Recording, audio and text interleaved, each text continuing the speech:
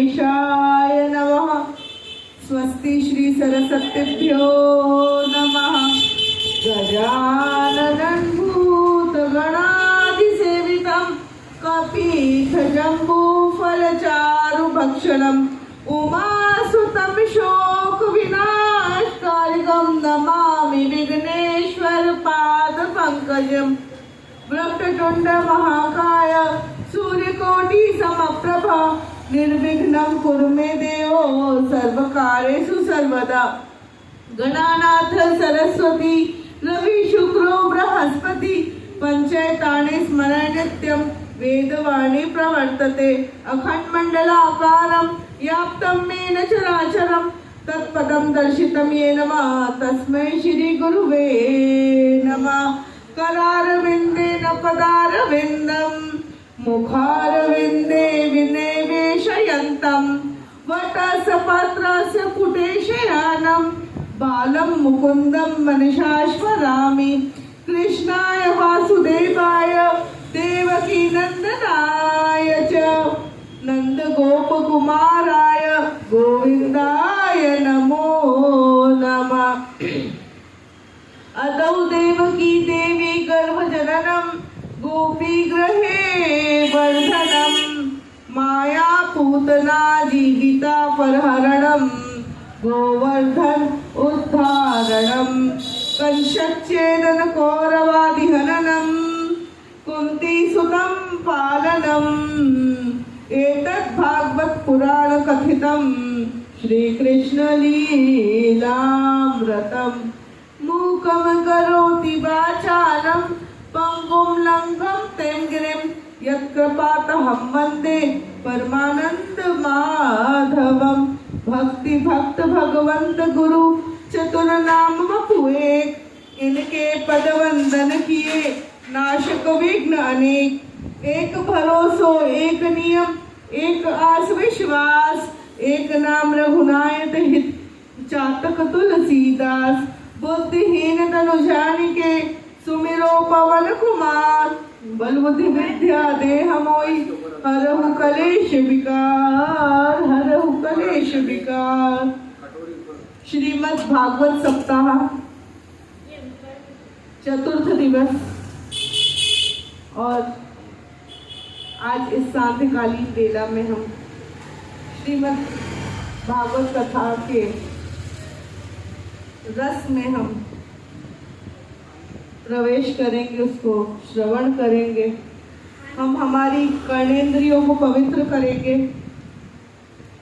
आइए उसके पूर्व दो क्षण हरिनाम संकीर्तन। अच्युतम केशवम कृष्ण दामोदरम राम नारायणं जानकी वल्लभम। अच्युतम केशवम कृष्ण दामोदरम राम नारायणं जानकी वल्लभम। कौन कहते हैं भगवान आते नहीं, कौन कहते भगवान आते नहीं। तुम गोपी की तरह तुम बुलाते नहीं, तुम गोपियों की तरह आते नहीं। अच्युतम केशवम कृष्ण दामोदरम राम नारायणं जानकी वल्लभम। राम नारायणं जानकी वल्लभम। बोली श्री कृष्ण चंद्र कन्हैया लाल की जय। अब आगे हम कल तक की कथा में तो हमने कुछ श्रवण किया, कुछ त्यागा, पर भागवत रस ऐसा है कि जिसमें इतना ज्ञान है, जितने हम प्रसंगों को श्रवण करें। ये उत्सव तो होते ही हैं, पर उत्सव के अलावा इनमें जो ज्ञानमयी प्रसंग है ना, इनको हम श्रवण करेंगे तो हमें स्वयं में हमारे पापों से हमको वैराग्य प्राप्त होगा और हमको भक्ति हमारे हृदय में जागृत होगी। हमको सर्वप्रथम हमको पूरी भागवत में समझना है कि कितने पात्र हुए। ये थोड़ा सा भागवत की कथाओं के बाद में एक ये महत्वपूर्ण एक प्रश्न है, आप इसे अपनी डायरी पे भी लिख सकते हैं कि पूरी भागवत कथा के अंतर्गत मुख्य पात्र कौन कौन से हैं। क्या होता है, आगे पाठ पीछे सपाट। हमको बचपन में बोलते थे ना टीचर लोग कि हम आगे तो पढ़ते जाते थे, हमको मुख्य रूप से नंद बाबा का नाम पता है, वसुदेव का नाम पता है, कृष्ण जी का नाम पता है। अब आगे चलते चलते सुखदेव जी, परीक्षित। सिर्फ भागवत सुखदेव जी और परीक्षित पे आधारित नहीं है। हमने भागवत के अंतर्गत भगवान के 24 अवतारों के नाम बताए हैं। उन 24 अवतारों के नाम आपको मुखाग्र कंठस्थ होने चाहिए। कल भी हम आपको थोड़ी थोड़ी कथाएं बता रहे थे। अब वो जितने अवतार हैं हम उनके नाम आज आपको पूरे संलग्न बता देते हैं। देखिए, भागवत को प्रारंभ करने के पूर्व ठीक है भगवान के उत्सव होते हैं, इसमें राम जन्म है, कृष्ण जन्म है, गोवर्धन लीला है। उसके पूर्व क्या है, यह जो अष्टम नवम स्कंध तक की जितनी कथा है उसमें पात्र कितने महत्वपूर्ण। जब हम अध्ययन कर रहे थे भागवत जी का, तो हमसे जो बड़े अग्रज जन थे वो हमसे पूछते थे कि इस स्कंध के अंतर्गत क्या कथा है। तो हमको जिज्ञासा होती थी पढ़ने की। तो जब हम दिन रात हमारी ये भागवत जी को लेकर के छत पे जाते, हम नीचे जाते, और नहीं तो कान में लीड लगा करके, एक तो पाराशर जी हैं उधर पूरे विद्वान वृंदावन में, जिनको अच्छी कथा कंठस्थ है और पूरी मतलब बिना प्रासंगिक कथाओं के जो उसमें सत्यता जो दी गई है उसी पे चर्चा करते हैं। और एक कृष्णचंद्र ठाकुर थोड़ी वो कथा अच्छी करते हैं। बाकी तो सब बोलते हैं ना कि केवल और केवल वृंदावन में भक्ति है, ज्ञान नहीं है। कृपालु महाराज ने केवल राधा रानी के तत्वों पर बहुत अच्छे प्रवचन दिए हैं, पर इस श्रीमद् भागवत कथा में राधा रानी का कोई परिचय विशेष नहीं है, क्योंकि यहाँ पर सुखदेव जी ने अपनी गुरु बनाया है राधा रानी को, और कहते हैं कि गुरु का नाम उच्चारण नहीं करना चाहिए, इसलिए तो उन्होंने राधा रानी के नाम की जगह गोपी शब्द का प्रयोग किया है। अब आप हमारी बात ध्यान से सुनिए। सबसे पहले जो मुख्य पात्र है पूरी भागवत कथा में वो है नारायण भगवान विष्णु। इनके ही द्वारा भागवत प्रारंभ हुई है। प्रथम वक्ता ही नारायण स्वयं हुए हैं। और श्रोता कौन थे? प्रथम श्रोता हुए हैं ब्रह्मा जी। सबसे मुख्य रूप से इस भागवत के बड़े मुख्य पात्र हैं। आप वो कन्या को छोड़ करके आप स्वयं लिखिए तो ज्यादा उत्तम रहेगा, आपको स्मरण रहेगा। भगवान विष्णु जी, फिर भगवान ब्रह्मा जी। इसके बाद यह जो भागवत थी, चतुर्श्लोकी भागवत को नारद जी के द्वारा महर्षि वेदव्यास जी को दी गई। विष्णु जी ने ब्रह्मा जी को दिया और ब्रह्मा जी ने नारद जी को दिया था। सतयुग में मैंने आपको प्रथम दिवस की भागवत में ही श्रवण करवाया था। इसके पश्चात ब्रह्मा जी ने नारद जी को दिया।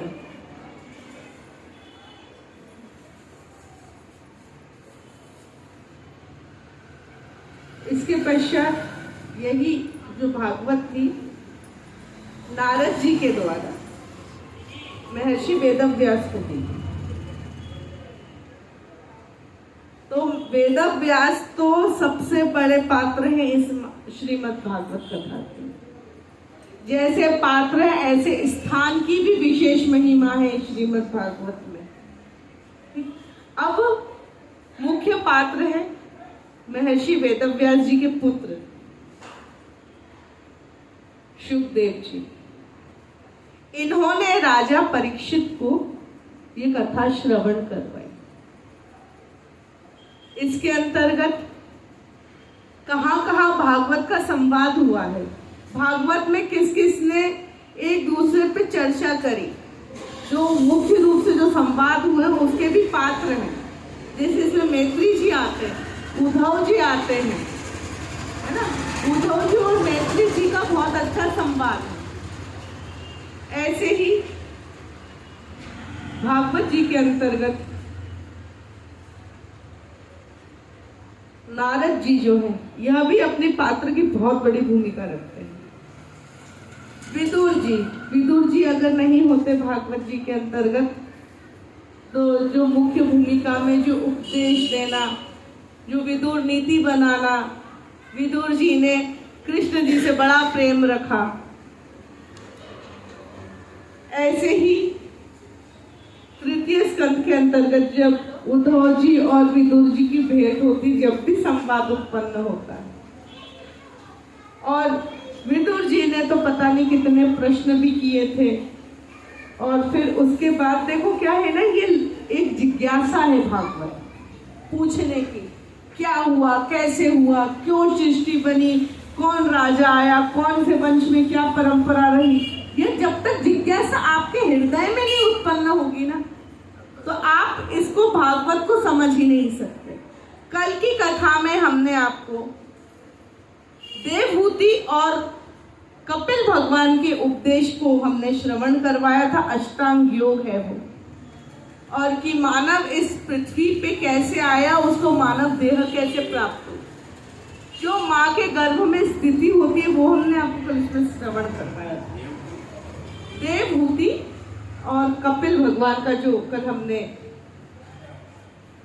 और मुख्य रूप से तो अगर नारायण का इसमें परिचय है, तो नारायण के जो 2 द्वारपाल थे जय विजय, उनके श्राप की भूमिका, और उनके बाद उन्होंने कैसे अवतार लिए हैं राक्षस योनि में, तो वह सब इसमें वर्णित है। इसके बाद में जब हम चतुर्थ स्कंद के अंतर्गत आते हैं, तो उत्तानपाद के वंश में जो उनके 2 पुत्र थे, उत्तम और ध्रुव, हमने कल उनकी भी कथा श्रवण करी। तो ये ध्रुव भी बहुत बड़े पात्र की भूमिका रखते हैं पूरी भागवत में। देखिए, जब कोई एक लेखक होता है ना, उसको कोई कहानी लिखनी हो, उसको कोई संपादन करना हो, कोई शीर्षक देना हो, तो उसको बड़ा विचार करना पड़ता है।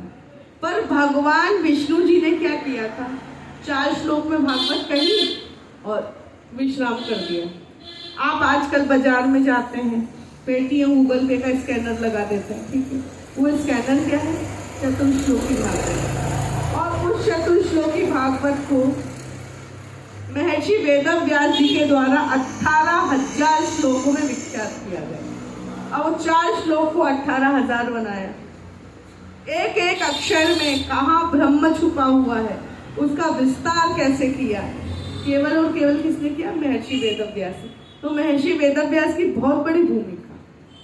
जब हम आगे बढ़ते हैं तो ऐसे ऐसे राजाओं का इसमें वर्णन आता है, ऐसे ऐसे चरित्रों का वर्णन आता है जिनको हम सुन के कभी हमने सुना ही नहीं। आज तक कितने पंडालों में गए कथा करने के लिए, इतनी जगह गए, इतने एक से एक बड़े बड़े विद्वान आए, कोई मर्सिडीज से उतर रहा, कोई फॉर्च्यूनर से उतर रहा, पर हमने उनकी उस भागवत को श्रवण नहीं कर पाए, क्योंकि उनके पास उतना समय नहीं कि जाकर के वो व्याख्या कर सके भागवत का जो पूर्ण रूप से अमृत है। अब थोड़ा सा उदाहरण देते हैं। कभी ऐसी अवस्था होती है कि हम कभी भागवत नहीं कर पाते, कभी यात्रा हो जाती है, कहीं कुछ हमको कुछ एग्जाम वगैरह होती थी पहले के ज़माने में, तो हम ये कहते थे कि हमको एक मंच मिला है, आप हमारे स्थान पे जाके आप कथा करने तैयार, त्रिपुल लगा के, माला पहन के, माला झोली बगलबंदी पहन के सब तैयार। तो हमने ये सोचा कि हमारे जजमान, हमारे जितने भी प्रिय परिवार वाले, इनको तो उनके पिताजी की बरसी पे ही कथा करवानी, इनको इनके बच्चे के 5वें बर्थडे पे ही भागवत करवानी। तो मैं भागवत करवाने के लिए अगर किसी को हम भेज रहे हैं तो कम से कम ज्ञान तो होना चाहिए, हमारी टक्कर का तो होना चाहिए। तो हम पहले तो ये पूछते हैं कि पहला श्लोक कौन सा है भागवत जी का।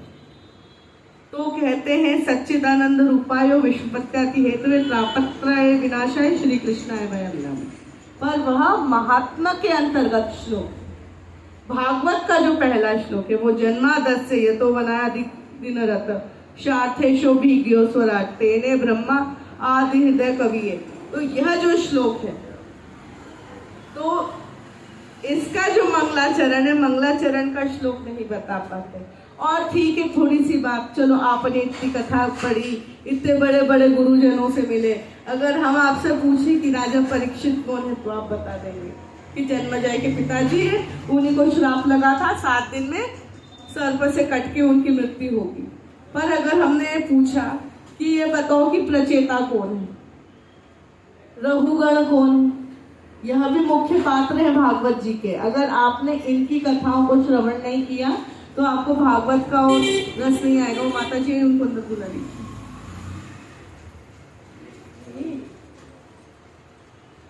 अब ऐसे ही ध्रुव के भाई थे उत्तम। कल हमने कहा था कि इनके साथ यक्षों के साथ इनका युद्ध हुआ था, तो इनका यहाँ पर देह त्याग हुआ है और अपने माँ सुनीति को लेकर के अपने ध्रुवलोक में जाते हैं।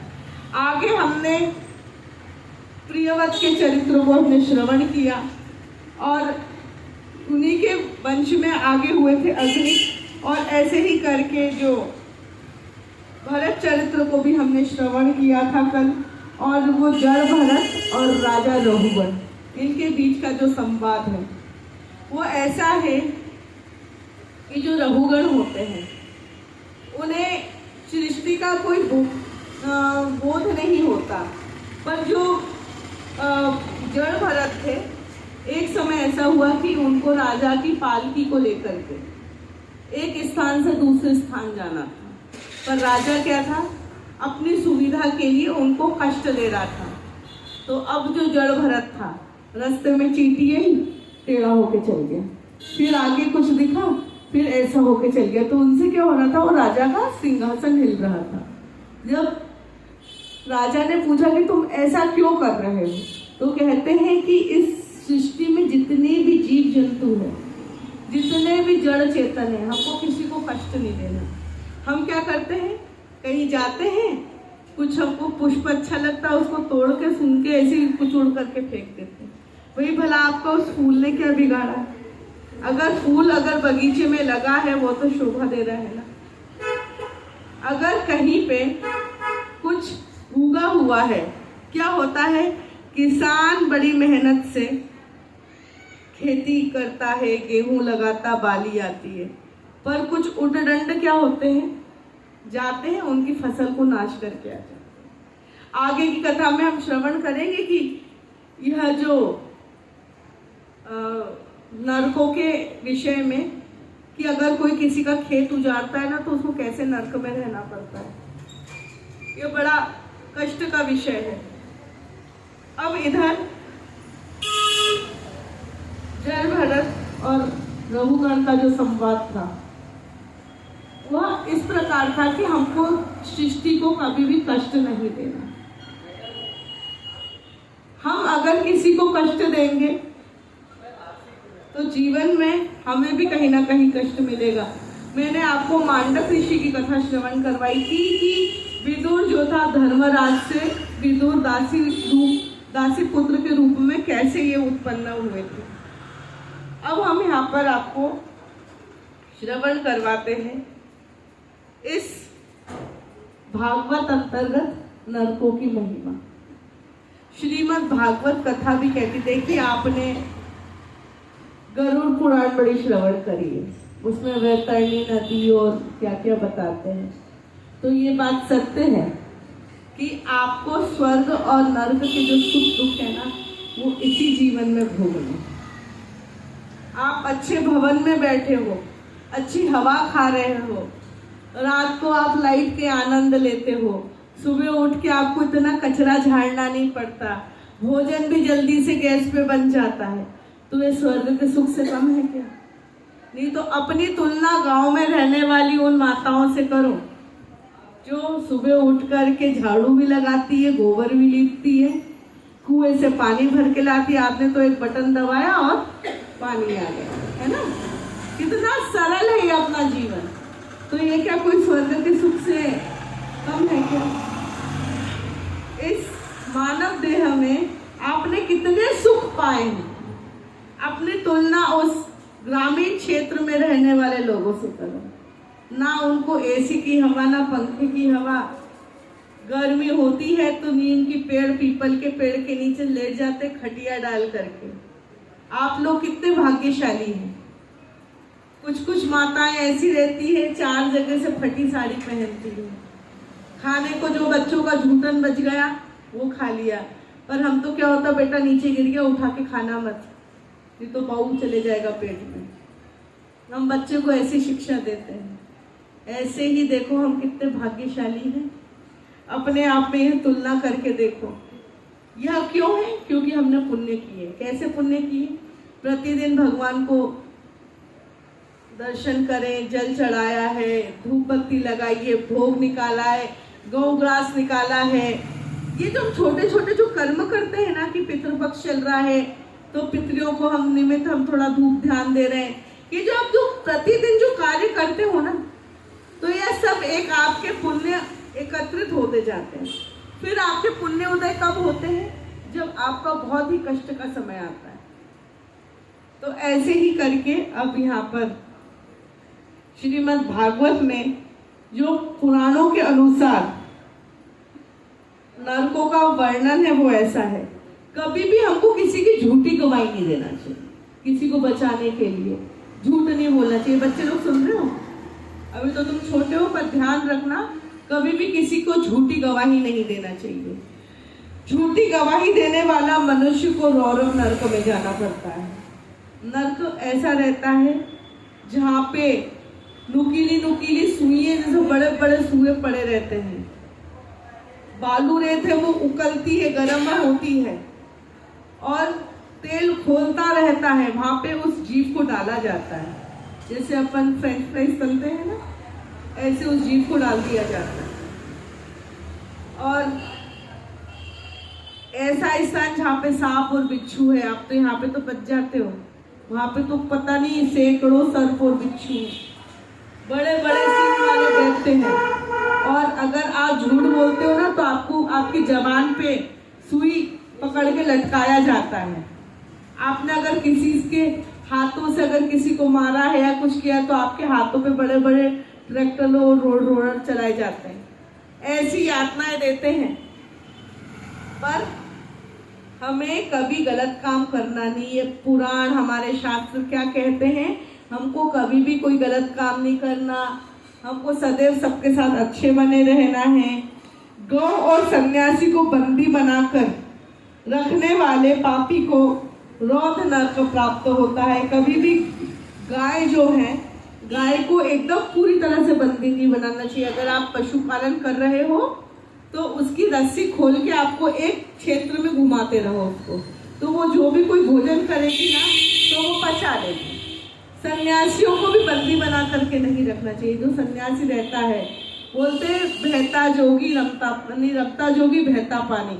वो रमता जोगी है, कहीं भी घूमते रहेगा, कहीं भी भजन करते रहेगा, अपना आश्रय पाते रहेगा। जहाँ जहाँ सन्यासी जाएगा वहाँ वहाँ वह अपना संसार का, सृष्टि का मंगल करते रहेगा। मदिरा पीने वाले को शूटक नरकम की ओर जाना पड़ता है और नर हत्या करने वाले को ताल नरक की तरफ जाने पड़ता है। कभी भी नर हत्या नहीं करना चाहिए, और भ्रूण हत्या भी पाप है। ऐसे ही गुरु पत्नी के साथ व्यभिचार करने वाले पुरुष को तप्त कुंड नामक नरक में रहना पड़ता है। कभी भी गुरुजनों की निंदा नहीं करना, गुरुजनों के साथ अत्याचार नहीं करना। ऐसे ही जो गुरुजनों का अपमान करता है, बोलते ना इन गुरु को आता क्या है, कभी भी ऐसे विचार नहीं करना चाहिए। और अपने भक्त की हत्या करता है, उसे तप्त लोहक नाम नरक में जाना पड़ता है। कभी भी वेद शास्त्रों की हमें निंदा नहीं करनी चाहिए। अरे गीता में तो क्या लिखा है, हम तो कुछ नहीं मानते, हम तो वो करेंगे जो हमारे मन को उत्तम लगेगा। कभी भी ऐसा नहीं सोचना, ऐसा विचार नहीं करना। ऐसे ही धर्म मर्यादा का उल्लंघन करने वाले को विमोहक नरक में जाना पड़ता है। और देवताओं का जो द्वेष रखता है, उसे भी नरक में रहना पड़ता है। तो देवताओं का कभी भी वो नहीं करना कि ये देवता सुनते नहीं, हम इनकी पूजा नहीं करेंगे, अब एक बात यह है कि हमारे पूरे सनातनी संस्कृति में सबके एक एक अलग अलग डिपार्टमेंट है। हमने आपको पूर्व में निवेदन किया था कि हमारी कामनाओं के अनुसार हमको देवी देवता का पूजन करना चाहिए। ठीक, सबसे पहले बात यह है कि हमारे जीवन में हम क्या कर रहे हैं, क्या नहीं कर रहे हैं, उसका हमको सदैव स्मरण रखना चाहिए। ठीक, अब जैसे लक्ष्मी की प्राप्ति करनी है तो लक्ष्मी जी के पास जाओ, सरस्वती से लक्ष्मी मांगेंगे क्या आप? नहीं ना। तो यहाँ पर सरस्वती ज्ञान देती है, लक्ष्मी माता धन देती है, दुर्गा माता आपके शत्रुओं से सावधान रख करती है, आपको शत्रुओं से बचाती है। और तो और हमारी माता शीतला माता पूछती है, सुबह सुबह 4 बजे थाली लेके चली जाती है। क्यों करते हैं? कि आने वाली गर्मी में हमारे बच्चों को कोई प्रकार का कोई गर्मीला रोग नहीं पड़े, अलई फुंसी वगैरह हो जाती है, लूज मोशन वगैरह हो जाते हैं। तो ये माता लोग शीतला सप्तमी का पूजन इसलिए करती है क्योंकि हमारे घर में माता शीतल बना के रखती है, इसलिए उनको ठंडा ठंडा भोग लगाते हैं। और अब देखिए प्राचीन समय में क्या थे, जितने भी देवी देवता थे ना, इनके पास होंडा, मर्सिडीज, ऑडी, फॉर्चूनर है ना, आयशर, ये कुछ भी नहीं था, कंपनियां ही नहीं थी। तो इनके वाहन कैसे बनते? तो इनके वाहन कैसे हैं? शनि महाराज कौवे के ऊपर, भगवान शंकर जी नंदी के ऊपर, पार्वती माता शेर के ऊपर, कार्तिकेय भगवान मोर के ऊपर, गणेश जी मूषक के ऊपर। अच्छा चलिए ये बात बताइए, जो बैल है ना, बैल कौन है? बैल का कुछ बोला ना, बैल का। तो भगवान शंकर जी का जो वाहन है वो बैल है, तो इनका नाम क्या है? नंदी। भगवान गणेश जी का वाहन क्या है? नाम क्या है? यही हमारी सनातन संस्कृति की बहुत बड़ी विडंबना है कि हमको सभी देवी देवता के नाम याद नहीं रहते, कौन क्या देवी देवता क्या करते वो याद नहीं रहता। अब स्मरण रखना, गणेश जी के मूषक का नाम है श्री डिंग जी। यह पूर्व जन्म में एक गंधर्व था और पाराशर ऋषि के आश्रम में जाकर के इन्होंने सब कुछ तहस नहस कर दिया था। तो इसलिए इनके स्वभाव के अनुसार इनको अगले जन्म में मूषक होना पड़ा, पर यह बड़ा तपस्वी था, इसलिए गणेश जी ने इन्हें अपना वाहन स्वीकार किया। हम कल एक प्रसंग पे थे, चलो पहले नरकों का वर्णन पूर्ण करके फिर हम एक आपको प्रसंग सुनाते हैं भगवान के वाहन गरुड़ के ऊपर। श्री डिंग जी, स्मरण रखना, श्री डिंग जी है ना। और अगर मन में जब व्यक्ति की जिज्ञासा हो ना, तो गूगल देवता पे सब कुछ चीजें अवेलेबल है, मन ही नहीं करता है ढूंढने का, कौन ऋषि, कौन किसकी संतान, को ये ऋषि कहाँ से आए, उनके आगे पीछे क्या है। बड़ा हमको तो बड़ी जिज्ञासा होती है कि अगर मरीचि थे तो मरीचि के वंश में कौन कौन था, ये राम जी तक कैसे पहुंचे। आज अभी हम सूर्यवंश का भी वर्णन करेंगे, उसके बाद भगवान श्री कृष्ण का जन्म उत्सव करेंगे। ऐसे ही जो छल पूर्वक अस्त्र शस्त्र का निर्माण करता है उसको भी नरक का दुख भोगना पड़ता है। अस्त्र शस्त्र कैसे? नकली नोट बनाने की मशीन है ना, कॉपीराइट करना है ना, सामानों का इधर उधर मेल मिलाप करना। तो अस्त्र शस्त्र का केवल मतलब तो ये तीर धनुष तलवार से नहीं है। अस्त्र शस्त्र का मतलब, अस्त्र आज की तारीख में क्या हो गया है, दियो सबके मुंह बंद हो जाए। आपको अगर किसी को अपना हितैषी बनाना हो, ठीक है, चुपचाप दे दो। घर में ननंद रानी आई है, दे दो चुपचाप, वाह तारीफ करने लगेगी, मेरी भाभी जैसी कोई भाभी नहीं, मेरे भैया के जीवन में तो महालक्ष्मी आई है। देखो तो ऐसे ही जो लोग दूसरे के प्रति बैर भाव रखता है, उसका अहित करता है और उनका गलत सोचता है, और दूसरों के खेत, घर, घास, अनाज में आग लगा देता है, उसको भी रुधिष्ट नाम नरक में जाना पड़ता है। जो जानवरों को पालकर बलपूर्वक अपनी जीविका पालन करता है, मतलब आजकल क्या हो गए, पेट हाउस, कुत्ते मिल रहे तरह तरह के, चिड़ियाएं मिल रही है तरह तरह के, तो उन लोगों को भी नरक में जाना पड़ता है। पानी बेचने वाले को नरक में जाना पड़ता है, तो बिस्लरी की बोतल भी जो बेचता है ना, उनको भी नरक में जाना पड़ेगा। बहुत सारी वस्तुएं हैं, बहुत सारी बातें हैं, बहुत सारी चर्चाएं हैं, बहुत सारा ज्ञान है, जिसको अगर अपन धारण करें ना, तो हमें भगवान की भक्ति प्राप्त होगी।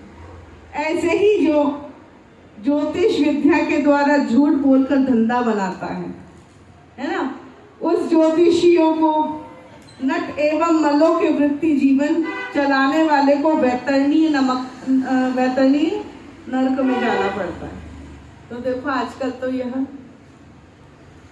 फैशन हो गया है, इससे भी बिल्कुल सावधान। और ऐसे ही जो पीपल, बड़, नीम, केल, अनार, बिल्व, आम, अशोक, शमी, नारियल, बांस आदि वृक्ष को काट कर रखता है, तो वह भी व्यक्ति पापी होता है। तो इन वृक्ष को तो कभी काटना ही नहीं चाहिए, है ना। पीपल को, बड़ को, नीम को, केले को, अनार को, बिल्व को, अशोक को, शमी को। और जो कपट पूर्वक वृत्ति चलाता है, वह भी नरक में गिराया जाता है। कपट मतलब इसकी टोपी उसका सर। आजकल क्या कर दिया है, ब्याज पे पैसा चलाना।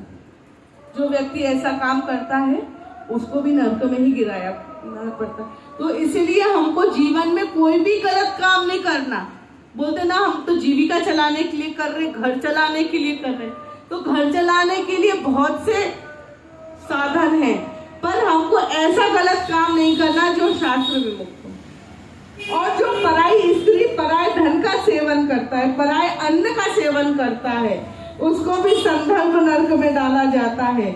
और जो दिन में सोता है और शरीर के मध्य में लुप्त होता है, उसको भी स्वाद भोज नाम नरक में जाना पड़ता है। तो देखो, दिन में विश्राम करो, दिन में सोने का कहीं इसमें शास्त्रों में लिखा नहीं है। दिन में जगो, रात्रिकालीन सो, और वृक्षों का ध्यान रखो, पशु पक्षियों का ध्यान रखो, हमारे आसपास जितनी भी जड़ चेतना है उनका सदैव ध्यान रखो। क्या सब के सब अगर हम भगवान की सृष्टि के साथ कुछ गलत कार्य करेंगे तो हमारे साथ भी गलत होगा। तो हमें गलत करना ही नहीं, तो हमारे साथ कुछ गलत ही नहीं होगा। भगवान के नियम आदेशों पे हमको चलना है, तो हमारा जीवन बहुत ही सुगम हो जाएगा। ऐसे ही चल के अब मैं आपको पूर्व जो मैंने जिस बात को विश्राम किया था उस चर्चा पे लेके चलती हूँ। कश्यप ऋषि की 13 पत्नियां, उसमें से एक कद्रु और एक विंता। जो विंता थी उसने अपने पति कश्यप ऋषि से निवेदन किया कि मुझे पुत्र प्राप्त करने की बड़ी प्रबल इच्छा है, कृपया करके कुछ मुझे ऐसा आशीर्वाद दीजिए जिससे मुझे पुत्र हो। तो अब कश्यप ऋषि ने उन्हें वरदान दिया, और वरदान पाकर के क्या हुआ, उन्हें गर्भ से 2 अंडे उत्पन्न हुए। तो उन अंडों को निकाल करके एक पवित्र स्थान पर रख दिया, और उनको समय समय पर देखती रहती। और यही सब देख करके क्या हुआ है, जो कद्रु माँ थी, कद्रु माँ ने निवेदन किया कि जिस प्रकार आपने विनीता के गर्भ से 2 पुत्रों को उत्पन्न किया, तो ऐसे ही मुझे भी पुत्र कामना की बड़ी प्रबल इच्छा है। तो अब यह हुआ कि पुत्र कामना के लिए कश्यप ऋषि तो कहते हैं कि तुमने उनकी देखा देखी यह कार्य किया है, तो देखना तुम्हारे पुत्र सदैव उन विंता के पुत्रों से भयभीत रहेंगे। यह कश्यप ऋषि कहते हैं। अब कश्यप ऋषि के कहने पे फिर कद्रु माता ने पुनः निवेदन किया कि मुझे पुत्र प्राप्ति का आशीर्वाद दो। तो अब यहाँ पर कश्यप ऋषि ने उन्हें आशीर्वाद दिया, और उनके गर्भ से केवल मात्र 1 अंडा हुआ। उस अंडे को कद्रू माता रखती है, बड़े गर्म स्थान पर उनकी देखरेख करती है। समय आया और पहले विंता गर्भवती हुई थी, पर विंता के अंडे नहीं फूटे, पहले कद्रू माता के अंडे फूटे हैं। और अंडे फूटने से उसमें 1000 प्रकार के सर्प जाति की उत्पत्ति हुई। हरसिद्धि माता में 10वां नंबर 84 महादेव में से एक मंदिर है करकोटेश्वर। तो वो करकोटेश्वर कौन है? ये नाग देवता है। इनकी माँ है कद्रू माता। ये जो तक्षक नाग, कालिया नाग, शेष नाग, वासुकी नाग, ये जितने भी नाग हैं ना, सभी आपस में भाई भाई हैं और एक ही कैटेगरी के। अब यहाँ पर भगवान ने क्या लीला रची कि पहले नाग देवता उत्पन्न हुए। हम थे विंता माता और कद्रू माता के प्रसंग। अब समय आया है, कद्रू माता के अंडा फूटा और उसमें से 1000 प्रकार के सर्प निकले, कोई काले, कोई गोरे, कोई पीले। अब यह विंता माता ने देख करके बड़ा आश्चर्य किया कि मेरे पश्चात इनके गर्भ में से अंडा हुआ और पहले ही फूट गया और मेरे पास 2 अंडे हैं, ये अंडा कोई भी नहीं फूटा। तो अब क्या किया, विंता माता ने एक अंडा लिया है, अंडे को लुआ करके नीचे जमीन पे फेंक दिया और फूटा। और वह अंडा फूटने से क्या हुआ कि उसमें से अरुण देवता उत्पन्न हुए। बोलिए अरुण देव भगवान की। हमारे रामघाट पे एक अरुणेश्वर महादेव हैं, धर्मराज जी के जस्ट सामने। यहाँ पे उन्हीं अरुण देवता ने आकर के 1000 वर्ष तक इस महाकाल वन में तपस्या करी। और वो अरुण देव कौन है? कश्यप ऋषि के पुत्र। अब जब अंडा फूटा है तो उन्होंने क्या देखा, विंता माता ने, पूरा शरीर तो है पर इनके दोनों पैर नहीं है। यह देख करके अरुण देव अपनी माँ पे बड़े क्रोधित हुए और माँ से बोलते कि मेरे को कुछ समय और इस अंडे के अंदर रहने देते, मेरे पैर निर्मित हो जाते। तुमने इतनी क्या जल्दी थी कि तुमने अंडा फोड़ा और मेरा पूरा शरीर ही विकसित नहीं हुआ। जाओ मैं जाके तुमको श्राप देता हूँ। अब यहाँ पर पुत्र अपनी माँ को श्राप देते हैं। मैं तुमको श्राप देता हूँ कि जिस माँ को तुम देख करके ईर्ष्या उत्पन्न की थी, तो अब उसी माँ की तुम दासी बन जाओ। तो विंता माता कद्रू माँ की दासी बन गई। अब क्या हुआ, जो अरुण देव थे वो चले गए सूर्य की शरण में। तो सूर्य ने अपने सारथी के रूप में अरुण भगवान को नियुक्त कर दिया। तो सूर्य के सारथी कौन है? अरुण। और ये 7 घोड़े चला रहे हैं। अब हम पूस मास में विशेष करके सूर्य की आराधना करते हैं। कोई कोई माता तो पूस के अलोने रविवार भी करती है और गुड़ का और आटे की पूड़ी बना के खाती है, सूर्य पुराण सुनती है, वो पार्वती की दिल्ली वाली जो कथा है पढ़ते हो।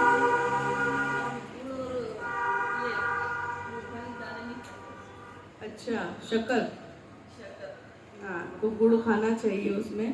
तो सूर्य नारायण का कोई सा भी व्रत हो उसमें गुड़ का भोग जरूर लगता है। और उसमें एक बहुत अच्छी कथा भी आती है। दामाद का सास गला काट देती तो पार्वती माता जाती दिल्ली बंद करके और वो उसका गला लेकर के आती, फिर पुनः उनके तप से वह जीवित हो जाता। अब आगे की कथा ऐसी थी कि कद्रू माता की दासी बन गई विंता माता। अरुण चले गए सूर्य के पास। समय आया, वो अंडे को देखती रही, दूसरे अंडे को, पर दूसरे अंडे को उन्होंने फोड़ने की चेष्टा नहीं की। 1 बार गई, 2 बार गई, महीने में 3 बार गई, 2 महीने हुए, 5 महीने हुए। ऐसे करते जब समय आया तो धीरे से अंडा कड़का और जैसे ही फटा ना, उसमें से जो उत्पन्न हुए वह थे गीत। अब जो गीत थे वह उनका नाम था गरुड़। बोलिए गरुड़ भगवान की। अब ये देखिए, यह जो कथा है बहुत ही पावन पवित्र कथा है। अब जो गरुड़ भगवान उत्पन्न हुए तो सबसे पहले अपनी माँ के आज्ञाकारी। अरुण भगवान ने तो अपनी माँ को श्राप दे दिया था, पर यह जो देवता थे गरुड़ भगवान, इन्होंने अपनी माँ से पूछा कि माता मेरा प्रणाम स्वीकार करिए, मेरा इस लोक में पृथ्वी पे और सृष्टि में आने का क्या हेतु है, कृपया करके मुझे आदेश दीजिए, मैं आपकी क्या सेवा कर सकता हूँ। जो आज्ञाकारी पुत्र होता है ना, तो माता पिता के सामने सदैव विनम्र भाव से झुका रहता है। तो अब यहाँ पर क्या हुआ कि जो गरुड़ थे, गरुड़ को भगवान को उनकी माता विंता कहती है कि मैं अभी तुम्हारी सौतेली माँ, जो तुम्हारी बड़ी माँ है, कद्रू माँ की दासी हूँ, कृपया करके मैं को इनकी दासीता से मुक्त करो। वो अपने बेटे से बोल रहे, तो दासीता से मुक्त करने के लिए उन्होंने बड़ी बुद्धि विवेक का प्रयोग किया। गरुड़ भगवान गए उन्हीं के भाइयों के पास, कौन, नाग देवताओं के पास, और नाग लोगों से कहते हैं कि कृपया करके आप मुझे ऐसा कोई आदेश दीजिए जिससे मैं तुमको प्रसन्न कर सकूं। तो बोलते कि तुमको ना जान ना पहचान, मैं तुम्हारा मेहमान। तो कहते कि अपन दोनों एक ही पिता की संतान हैं, तुम कद्रू माँ की संतान हो, मैं विंता माँ की संतान हूँ। तो बोलते अच्छा, वो जो अपाहिज था वो तुम्हारा भाई था। तो उनको बड़ा क्रोध आया, फिर भी अपने भाइयों से कार्य निकलवाना था। तो कद्रू माता की अदासीता से मुक्त करने के लिए उनके पुत्रों से उन्होंने पूछा कि बताइए भाई लोग, मैं तुम्हारे लिए ऐसा कौन सा कार्य करूं जिससे तुम तुम्हारी माँ को प्रसन्न कर सको और मेरी माँ की दासीता तुम्हारी माँ से मुक्त कर दे। तो कहते कि ऐसा करो, अपने एक और भाई है। बोले कौन भाई है? बोले इंद्र आदि देवता है ना, ये अपने ही भाई हैं, वो भी कश्यप पुत्र, अपन भी कश्यप पुत्र हैं। हम तो देखो नाग हैं, हम तो केवल जमीन पे रेंगते हैं, हम तो जा नहीं सकते। अब तुम्हारे पास पंख है, तुम अब उड़ करके स्वर्ग जा सकते हो और स्वर्ग से उनसे अमृत का कलश लियो, हम अमृत पी के अमर हो जाएंगे। तो अब आप ऐसा करना, आपने हमको अगर अमृत कलश ला के दे दिया तो हम तुम्हारी माँ को हमारी माँ की दासीता से मुक्त कर देंगे। तो बोले ठीक है, इतनी सी बात, कुछ नहीं। अब गरुड़ गए हैं पंख को फैलाते हुए सीधे पृथ्वी से स्वर्ग। अब स्वर्ग पे जाकर के इंद्र के पास गए और इंद्र को अपना परिचय देते हैं कि मैं भी तुम्हारा भाई हूँ, मैं भी कश्यप पुत्र हूँ, तुम भी कश्यप पुत्र हो। अब भाई भाई हैं, प्रेम से माँ आपसे निवेदन कर रहे हैं, आपके पास में अमृत कलश है, तो वो अमृत कलश आप हमें दे दीजिए। बोले कि आपको क्या आवश्यकता है?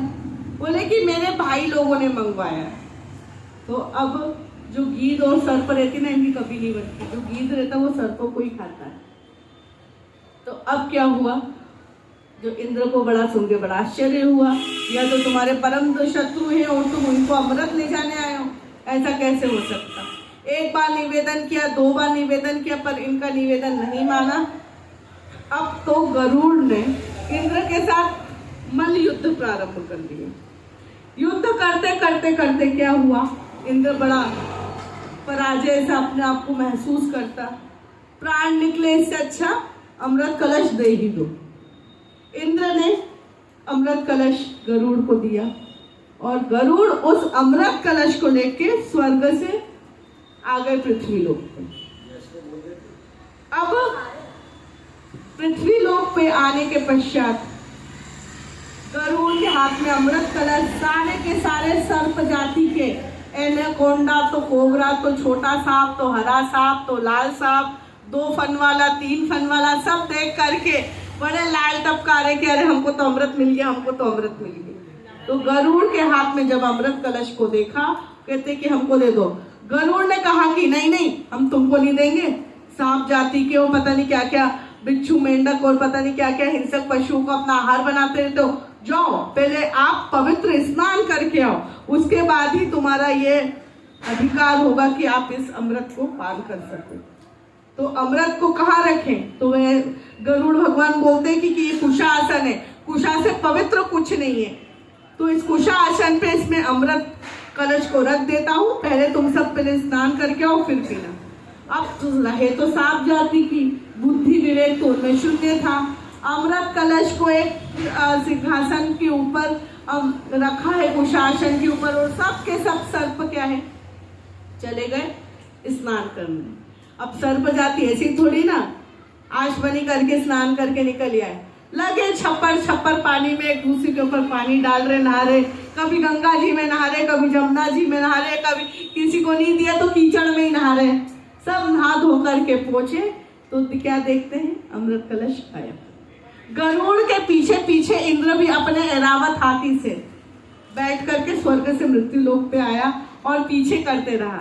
अगर कोई आपसे कोई आपकी प्रिय वस्तु छीन के चले जाए, सपोज आप दोनों बहनें हैं, आपने मोबाइल खेल रहे हो और कहीं ले जाए तो ये चुपचाप उठा के ले जाएगी कि नहीं ले जाएगी? ऐसे ही इंद्र ने क्या किया, उस अमृत कलश को उठा के ले गए। अब अमृत कलश को ना पाते हुए इतने क्रोधित हुए हैं सारे के सारे नाग देवता। और देखो, जब ये अमृत कलश इनको दे रहे थे ना, पहले बोला कि एक हाथ कलश दो, एक हाथ मेरी माता की दासीता मुक्त करके मुझे वापस दो। हो गया था। अब माता जी तो आ गई इधर, वृंदा माता।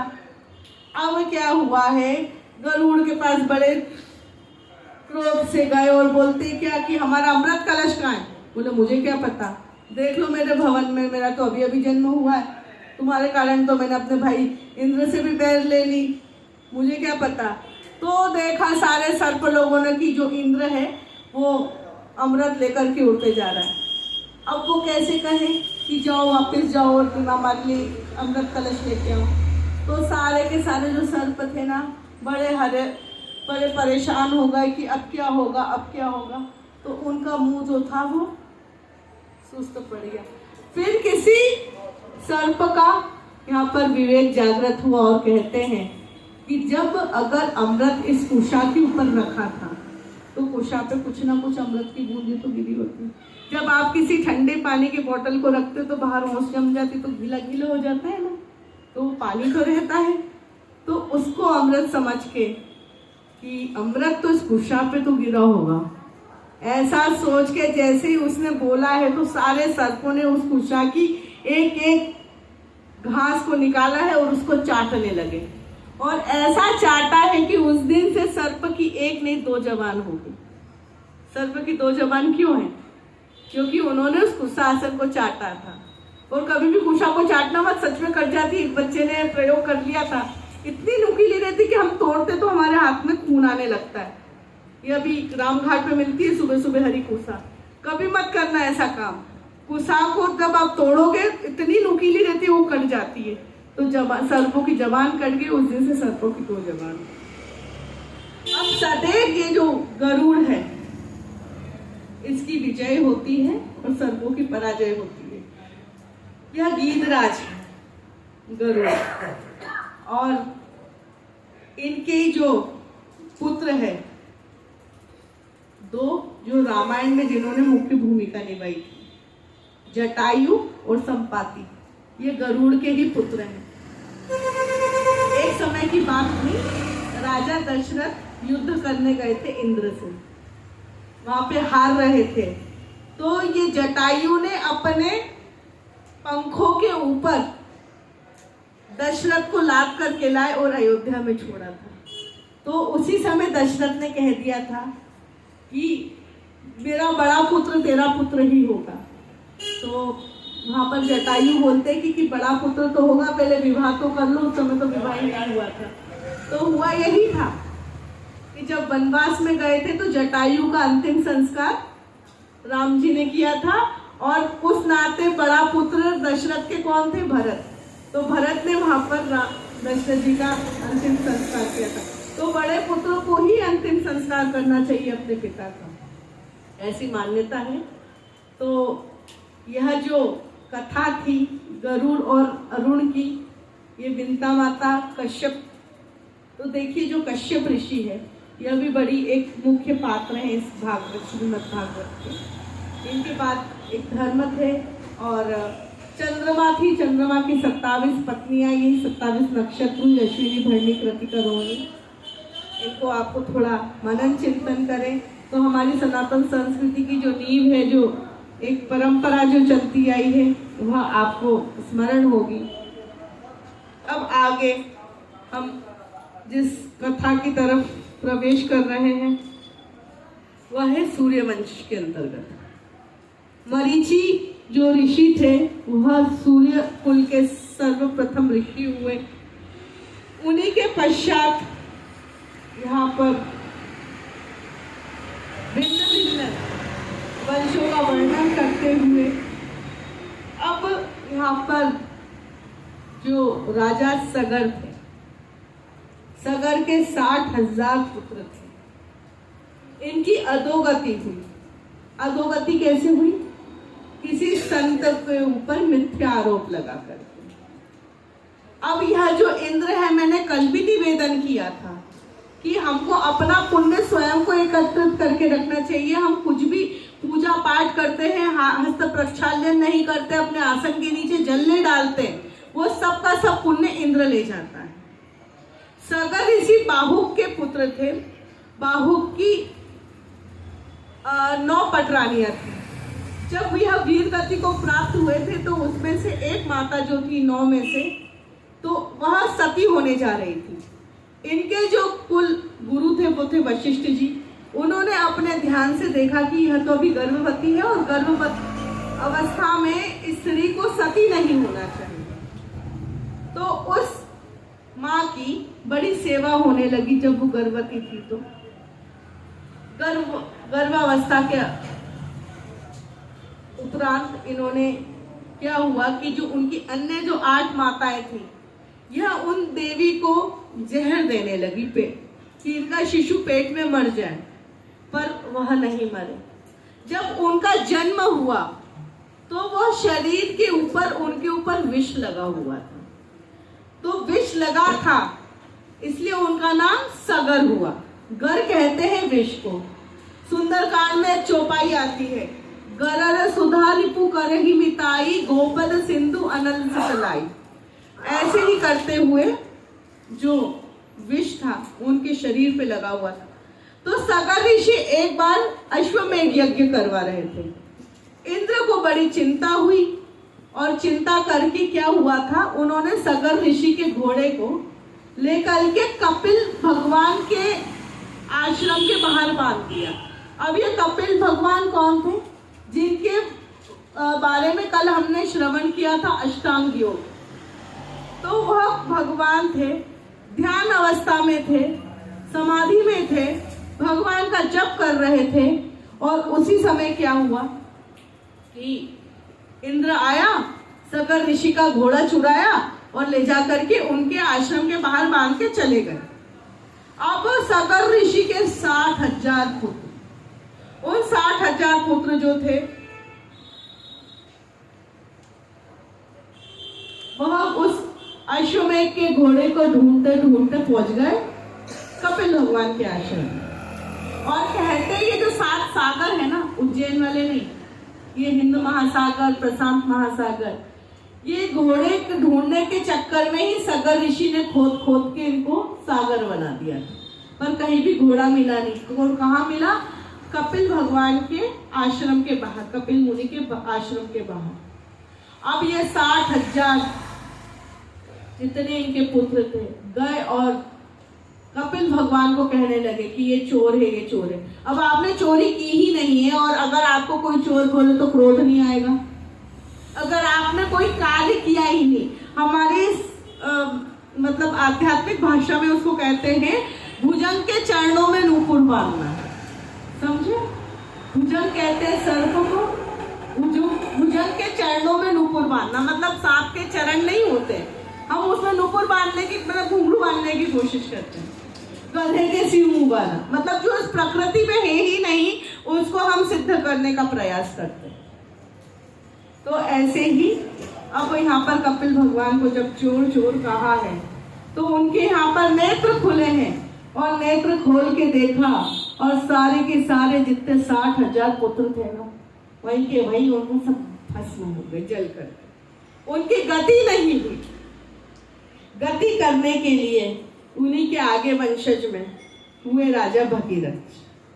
अब भगीरथ जी ने तपस्या करी है और गंगा मैया को, देखिए शेष कथा आपको पता है, गंगा जी को यहाँ पर इस मृत्युलोक पे बुलाया है। शंकर जी ने अपनी जटाओं में बांधा है, विष्णु जी के चरण कमल को धो रही है, ब्रह्म कमंडल में से उत्पन्न हुई है और आते आते गौमुख से होते हुए आई है हमारी मृत्यु लोक पे। हरिद्वार से चलती चलती गंगा सागर कहाँ है? जहाँ पे कपिल भगवान का आश्रम है कलकत्ता के पास, वहां आई है और गंगा जी ने उन समस्त पितरियों को तार दिया। बोलिए गंगा महारानी की। ऐसी गंगा जी आई है और अब यहाँ पर आगे हम चर्चा करेंगे कि इस सूर्यवंश में नारायण के नाम, नारायण के चरित्र किस प्रकार से विभिन्न रूप में है। अब यहाँ पर अजामिल करके, अजामिल उपाख्यान में अजामिल के पुत्र होते हैं जिनका नाम वो नारायण रखते हैं। वो नारायण जो थे वह एक वैश्य के पुत्र थे। अब आगे चल करके क्या हुआ, जब इसकी मृत्यु हुई उसने जीवन में कोई भी अच्छा काम नहीं किया था, पर अंत में भगवान के पार्षद आते हैं और उसको लेके जाते, क्योंकि अंत में इसने अपने पुत्र का नाम उच्चारण किया। तो यह अजामिल के कथा से हमें यह शिक्षा मिलती है कि हमको हमारे बच्चों के नाम भगवान के नाम से ही आधारित रखने चाहिए। ती ता था करके अपन कोई भी लड़की का नाम रख देते हैं और खा खा गा करके लड़के का नाम रख देते हैं। भगवान के नाम के आधार पे ही हमको हमारे बच्चों के नाम रखना चाहिए। जीवन में हम कितने भी बुरे काम करें, कितने भी गलत काम करें, पर अंत में मरते वक्त जब हम अगर भगवान का नाम लेंगे, भले हमने अपने बच्चे को उच्चारण किया, बच्चे को पुकारा, तो भगवान हमको सद्गति ही देंगे। जीवन भर अजामिल ने कोई भी अच्छे काम नहीं किए थे, पर वैश्यागमन किया, मदिरा पान किया, पर उसने अपने बच्चे का नाम नारायण रखा था जो वैश्य पुत्र था, और अंत में उसने उसको उच्चारण किया, नारायण नारायण करके बोला है। तो इसलिए वहाँ पे भगवान के पार्षद आए हैं और लेके गए हैं। ऐसे ही आगे चल करके एक समय की बात थी, यहाँ पे इंद्रेश्वर महादेव है, इंद्रेश्वर महादेव चक्र तीर्थ जाते जब पढ़ते, एक समय की बात थी, इंद्र को ब्रह्म हत्या लगी थी। उन्होंने वृत्तासुर को मारा था। वृत्तासुर एक ब्राह्मण पुत्र था, पर उसके कर्म असुर थे, असुरों जैसे थे। एक समय की बात थी कि यह जो बृहस्पति देवता थे, बृहस्पति जो देवताओं के गुरु थे, इन्होंने कुछ समय के लिए इनके जो पुरोहित कार्य थे वह छोड़ दिए थे कि हमको अब देवताओं का पुरोहित कार्य स्वीकार नहीं करना, क्योंकि इनसे कुछ गलती हो गई थी। देखिए, गलती होना तो देवी देवता के हाथों में भी होता है। ऐसे ही चल करके क्या हुआ आगे, तो विश्वरूप जी जो थे, विश्वरूप जी कुछ क्षण के लिए, कुछ समय के लिए देवताओं के गुरु बने। देवताओं के गुरु बनकर के, पर ये क्या करते थे, इंद्र का कमाया हुआ पुण्य असुर को दे देते थे। और उसी समय इन्होंने नारायण कवच का उपदेश विश्वरूप जी ने अपने इंद्र को दिया। देखिए, विश्वरूप जो है, विश्वरूप तो वैसे ब्राह्मण ही है, ये अंत में यह भी मरते हैं, वृत्तासुर भी मरता है। और इसके बाद अब क्या होता है कि जब इनको विजय कराने के लिए नारायण कवच का उपदेश दिया, पर ये देखिए, नारायण कवच बहुत ही महत्वपूर्ण अंग है श्रीमद् भागवत का। अगर आपके जीवन में कोई आपको विशेष कामना हो, विशेष लालसा हो, विशेष विजय की प्राप्ति हो, विशेष कोई मनोकामना शेष रह जाए, तो ध्यान से सुनिएगा, यह नारायण कवच आपके लिए बहुत ही महत्वपूर्ण है। बोलिए कृष्ण कन्हैया लाल। तो यह जो नारायण कवच है, नारायण कवच प्रत्येक मनुष्य को उनकी कष्टों से उबारता है। इंद्र पर ब्रह्म हत्या लगी थी, तो ब्रह्म हत्या के लिए निवृत्ति करने के लिए उसे जप किया, यज्ञ किया। तो इस महाकाल वन में भी आकर के इंद्र ने जप किया है तभी वो इंद्रेश्वर महादेव है। तो अगर आपके हाथ से छोटा मोटा कोई पाप हो जाए ना, तो वहाँ पर जाकर के क्षमा याचना मांग लेना, तो आपके सब कष्टों की निवृत्ति हो जाएगी। सारे देवी देवता अपने इधर विद्यमान है, हमको कहीं जाने की जरूरत नहीं। क्या तो वृंदावन क्या जाना, भगवान ठाकुर जी स्वयं इधर सांदीपनि ऋषि आश्रम में पढ़ने हैं। अयोध्या क्या जाना, राम जी ने तो खुद ही अपने दशरथ जी का यहाँ पर आके पिताश्री का श्राद्ध किया है। कौन से देवी देवता जो इस अवंतिका में विराजमान नहीं। अब यहाँ पर चित्रकेतु का प्रसंग आता है। चित्रकेतु कभी श्रवण किया? भागवत जी में षष्ठ स्कंद के अंतर्गत है। चित्रकेतु ने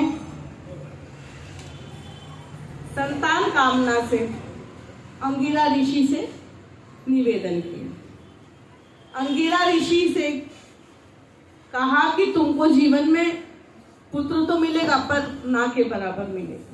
तो चित्रकेतु को पुत्र होता है।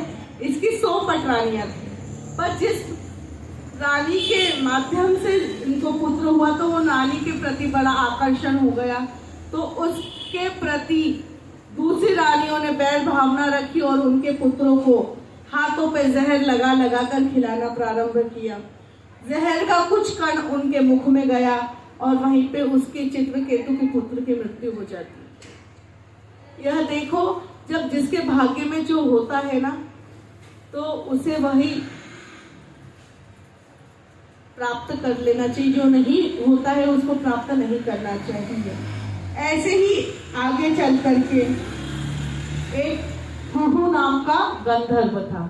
अब गंधर्व भी ऐसे हुहू कुहू ऐसे ऐसे होते थे। एक समय की बात थी, एक पर्वत श्रृंखला पे जाकर के यह समाधि में बैठ गए और कुछ संत जन आए, अपनी आंखें नहीं खोली। पर यहाँ पर तो क्या था, शमक ऋषि तपस्या कर रहे थे और राजा परीक्षित आए थे। यहाँ पे थोड़ा विपरीत हुआ। हुहू नाम का गंधर्व था, यह तपस्या कर रहे थे और तपस्या कर रहे थे, पर इन्हें किसी साधु संत के आने का बोध नहीं हुआ। साधु संत ने उनको समाधि खोलने का प्रयास करा, पर उसकी समाधि नहीं खुली। तो समस्त सन्यासियों ने उनको यह श्राप दे दिया कि कितना जड़ है, जड़ समान गज हो जा, तो वह गज योनि को प्राप्त हुआ। यह गजेंद्र मोक्ष की कथा है। अब एक समय की बात थी, जो गज था अपने पूरे परिवार के साथ पिकनिक मनाने जाता है। सुंदर सा सरोवर है, पर्वत श्रृंखला है, झरने बह रहे हैं। पर अब क्या हुआ है, उस गजेंद्र का जो पांव था वह पानी के कीचड़ में फंस गया और वहीं पे ग्राह आया है और ग्राह ने हाथी का पांव को पकड़ा और अब एक पांव कीचड़ में, एक पांव ग्राह ने पकड़ रखा। छुड़ाने की यहाँ पर कोशिश कर रहे। उसके बच्चों ने सूंड में सूंड लगाई, उसको बाहर निकालने का प्रयास कर रहे, पर भी नहीं निकला। फिर और आगे चल करके क्या हुआ कि अब उसकी पत्नी ने भी सूंड में सूंड लगाई है, हाथ में करने की कोशिश कर रहे हैं, पर भी नहीं हो पा रहा। अब आगे क्या हुआ है, अब आगे क्या हुआ है, पत्नी ने भी साथ छोड़ दिया, बच्चों ने भी साथ छोड़ दिया। अहंकार था ना कि मैं हाथी हूं। जब अहंकार छूटता है ना, तभी भगवान मिलते हैं। और उसी सरोवर में से एक कमल पुष्प ले जा करके भगवान के ऊपर जैसे ही सूंड करके उठाया, तो भगवान जो विष्णु जी थे गरुड़ पे बैठकर आए हैं और अपने सुदर्शन चक्र से ग्राह की यहाँ पर मुक्ति करी। तो वहीं पर गजेंद्र का भी मोक्ष होता है। ये कथा से हमें यह शिक्षा मिलती है कि जब हम पे कष्ट आए तो हमको अपनी बारी नहीं चलानी चाहिए, अपना मैं, अपना अहंकार को त्याग करना चाहिए, फिर ही आपको भगवान की प्राप्ति। ऐसे ही चल करके जब दीति माता ने यह देखा कि जो मेरी बड़ी बहन है अदिति, उसके सारे पुत्र देवता हैं, तो मुझको पुत्र मेरे देवता क्यों नहीं हुए, तो मुझे भी देवता तुल्य पुत्र की प्राप्ति करनी है।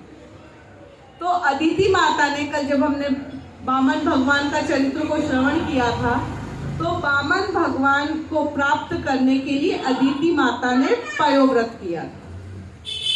अब जिसको भी पुत्र नहीं है, ध्यान से सुनिएगा, कोई अपने समाज में, कोई अपने परिवार में ऐसा होता, लड़कियां ही लड़कियां होती, पुत्र नहीं होता, किसी को संतान ही नहीं होती, विवाह के 4 साल हो गए, 5 साल हो गए, तो उनके लिए ये पयोव्रत सबसे बड़ा रामबाण इलाज है। इस भागवत कथा के अंतर्गत पयोव्रत बताया गया है।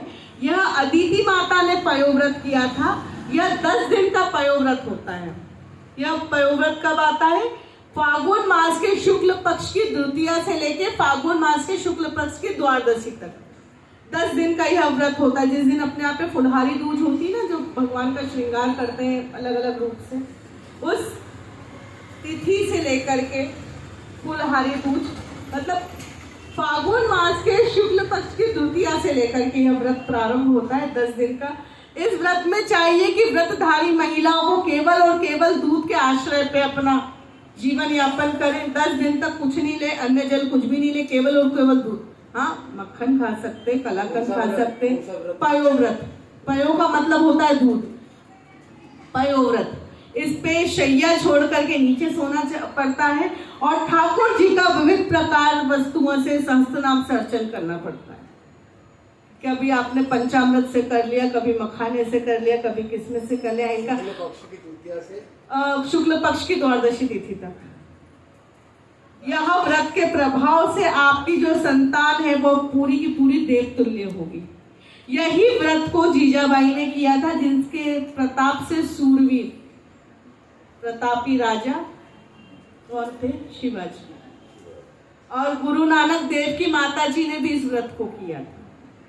और जो भी माता इस व्रत को करती है तो उनकी संतान दिव्य तेजस्वी निकलती है। आज जो भी राजा महाराजे बने हैं, कहीं ना कहीं उनकी माताओं ने वो तप किया। पर हम क्या करते हैं आजकल? हल छठ करते हैं, संतान सप्तमी करते हैं संतान के लिए, है ना, और भी बहुत सारे व्रत होते हैं। पर यह जो पयोव्रत है, ये दिव्य उच्च कोटि की संतान देने वाला व्रत है।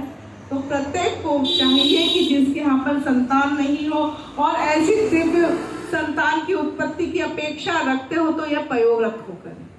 तो अदिति माता को पयोव्रत का उपदेश कश्यप ऋषि ने दिया था। ऐसे ही जब अदिति माता ने देखा कि मेरी बहन के पास सभी देवता हैं, तो मुझे भी देवता तुल्य पुत्र चाहिए, तो कश्यप ऋषि के पास दीति माता जाती है और दीति माता उनसे कहती है कि स्वामी, मुझे भी कोई ऐसा व्रत बताओ जिससे मुझे भी देवतुल्य संतानें प्राप्त हो। तो अब यहाँ पर कश्यप ऋषि दीति माता को पुंसवन व्रत के बारे में बताते हैं। पुंसवन व्रत, अब ये पुंसवन व्रत माघ शीश मास की शुक्ल पक्ष की प्रतिप्रदा से लेकर के 1 वर्ष का यह व्रत होता है। भविष्य पुराण के अंतर्गत यह सारे व्रत की विधियां आपको प्राप्त हो।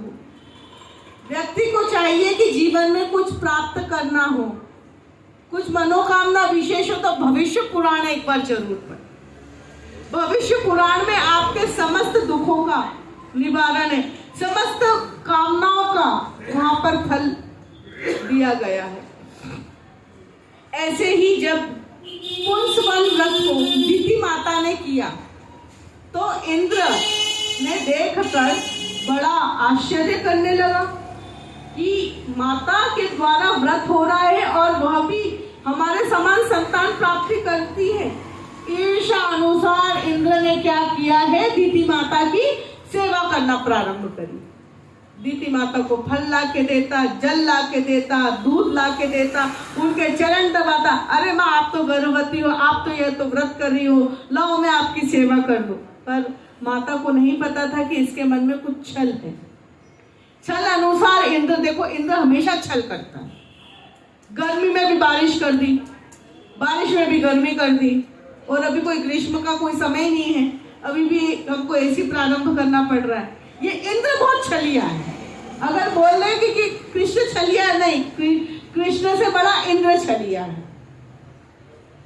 अब छल से उसने दीदी माता की यहाँ पर सेवा करना प्रारंभ किया और ऐसी सेवा करी है, मन जीत लिया। अब मार्जा सोए तो उनके चरण दबाए। क्यों? क्योंकि उसे यह था कि अगर देव तुल्य अगर संतानें आ गई तो मुझसे मेरा सिंहासन छूट जाए। अब इधर चल करके इंद्र ने क्या किया, जब मात्र एक महाशेष था उनके व्रत में, तो जब दीदी माता सो रही थी तो जिह्वाई ली उन्होंने, जिह्वाई के माध्यम से उनके मुख में गए और उनके सीधे गर्भ में चले गए और बिना देखे बिना सोचे एक तीर वाण से निकाल के उनके गर्भ पे डाल दिया। तो क्या हुआ, उस गर्भ के 7 टुकड़े हो गए और वो 7 गर्भ में ही उत्पन्न होकर के बोलते कि हे भ्राताश्री, हमने तुम्हारा क्या बिगाड़ा, तुम हम पे क्यों क्रोध करके तुम हमको मारना चाहते हो। तो इंद्र उनको गर्भ में जाके बोलता, देख मैं भी तुम्हारी माँ की गर्भ में आ गया हूँ, इस नाते अपन दोनों भाई भाई हुए।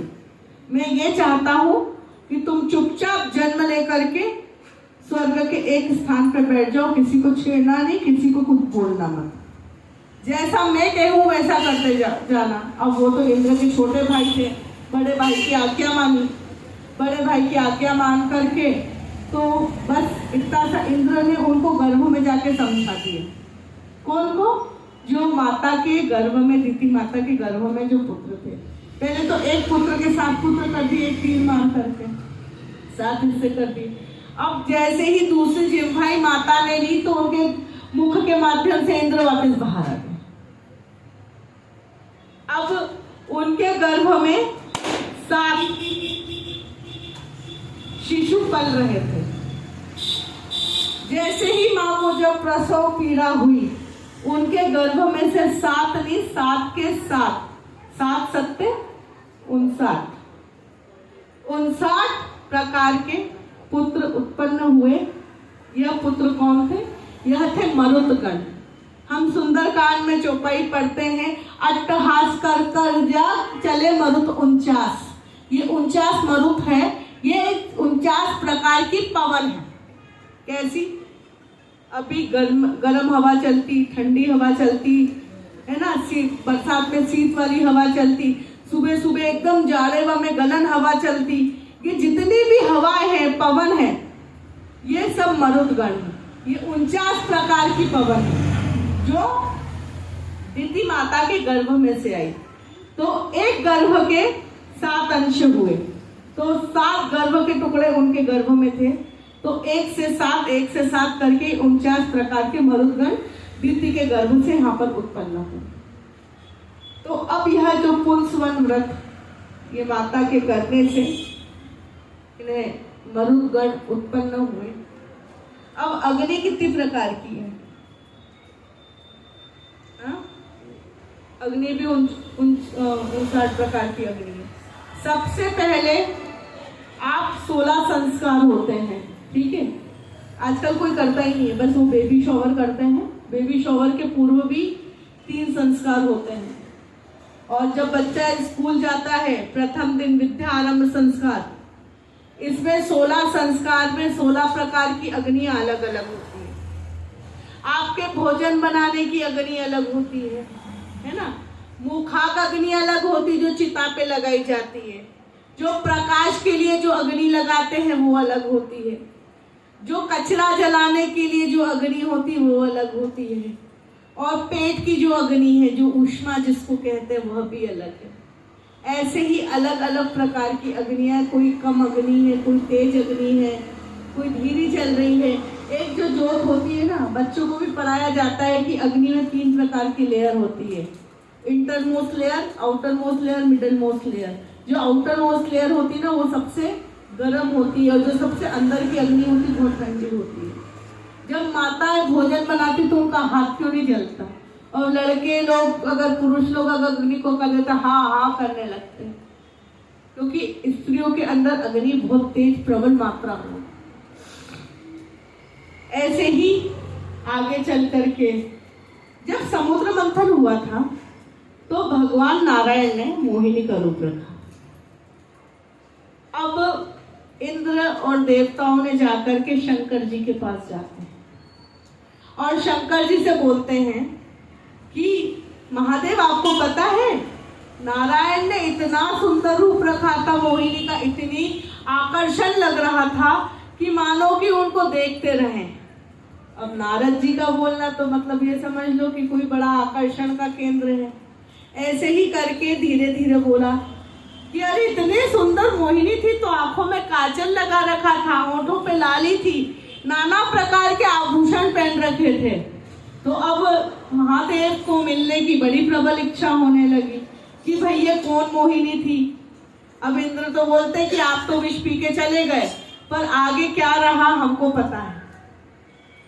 हमको तो उन्होंने अमृत पिला दिया, पर मोहिनी ने तो देवताओं को अमृत पिला के असुरों को उन्होंने वो मदिरा पिला दी। ऐसा कहते कहते अब शंकर जी को उस मोहिनी रूप से मिलने की बड़ी प्रबल इच्छा। अब शंकर जी आते हैं विष्णु लोक में और विष्णु जी उससे पूछते हैं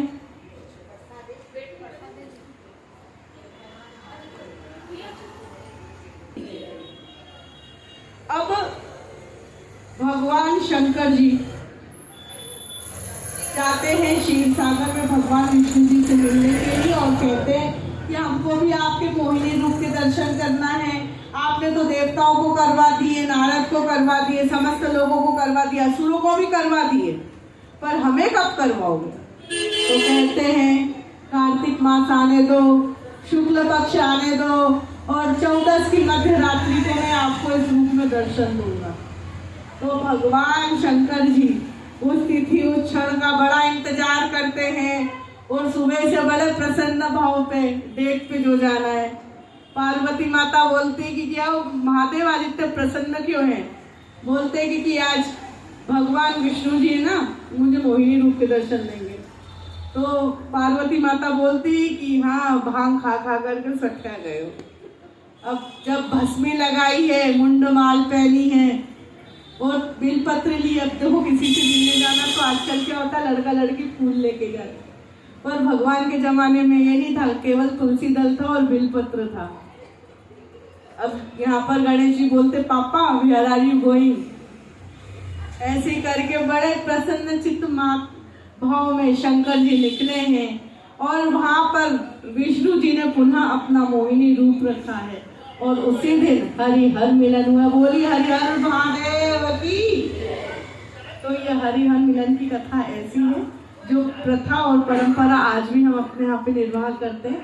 और ये हरिहर मिलन तो हर बनारस में भी होता है, रामेश्वरम में भी होता है। ऐसे ही चलते हुए आगे भगवान ने 1 साल तक मोहिनी के साथ रहे और मोहिनी के गर्भ के द्वारा अयप्पा भगवान का यहाँ पर जन्म हुआ। जो अयप्पा है वो शंकर जी के पुत्र हैं, कार्तिकेय स्वरूप है और यह मोहिनी के पुत्र हैं, पर मोहिनी उनको जन्म दे करके चली थी। तो अयप्पा भगवान का जो स्त्रियों से जो प्रेम है वह घृणा में बदल गया और कोई भी स्त्री आज भी उनके मंदिर में नहीं जाती और केवल 13 वर्ष तक की कन्या जाती है या 50 वर्ष के ऊपर की महिला जाती। जो स्त्री विशेष है जिनको रजो धर्म आता है वो आज की तारीख में तो अयप्पा भगवान के दर्शन करने नहीं जाती। ये केरल में शबरीमला करके इनका मंदिर है, हाँ, और वहाँ पर काले कपड़े पहन के ही जाना पड़ता है, ये वहाँ की उनकी परंपरा है। ऐसे ही यहाँ पर हरिहर मिलन हुआ है, भगवान का यहाँ पर प्रकट हुआ। अब आगे चल करके हम वैवस्वत मनु के वंश की हम चर्चा करते हैं। हम 9वें स्कंद के ऊपर हैं। अब यहाँ पर राजा शर्याती की कन्या थी सुकन्या। राजा की लड़की का नाम था सुकन्या। एक दिन वन में घूमते घूमते एक ऋषि के पास जा पहुंची। वह नहीं पता था कि यह ऋषि है। ऋषि ने तपस्या करते करते अपने शरीर को इस तरह से गला लिया था, इस तरह से हार्ड मांस का कर लिया था। उनके ऊपर बालू क्या, उनकी जटाएं सब गल गई थी, पर उनकी आंखें तो मणियों जैसी चमक रही थी। सुकन्या ने एक तीली ली है, तीली लेकर के उस नेत्र में उनको फोड़ा है, तो उसमें से रक्त की लहू धारा निकली। कुछ देर तक तो ऋषि ने सहन किया, और जैसे उन्होंने दूसरी आंख में वो तीली मारी तो उनकी दोनों आंखें फूट गई और उसमें से वो ऋषि प्रकट हुए। शर्याती ने यह देख करके कहा कि तूने कन्या ये क्या किया, तूने एक ऋषि की आंखें फोड़ दी, अब तुझे जीवन भर रह करके इनकी सेवा करनी है, मैं तेरा इनके साथ वरण करता हूँ।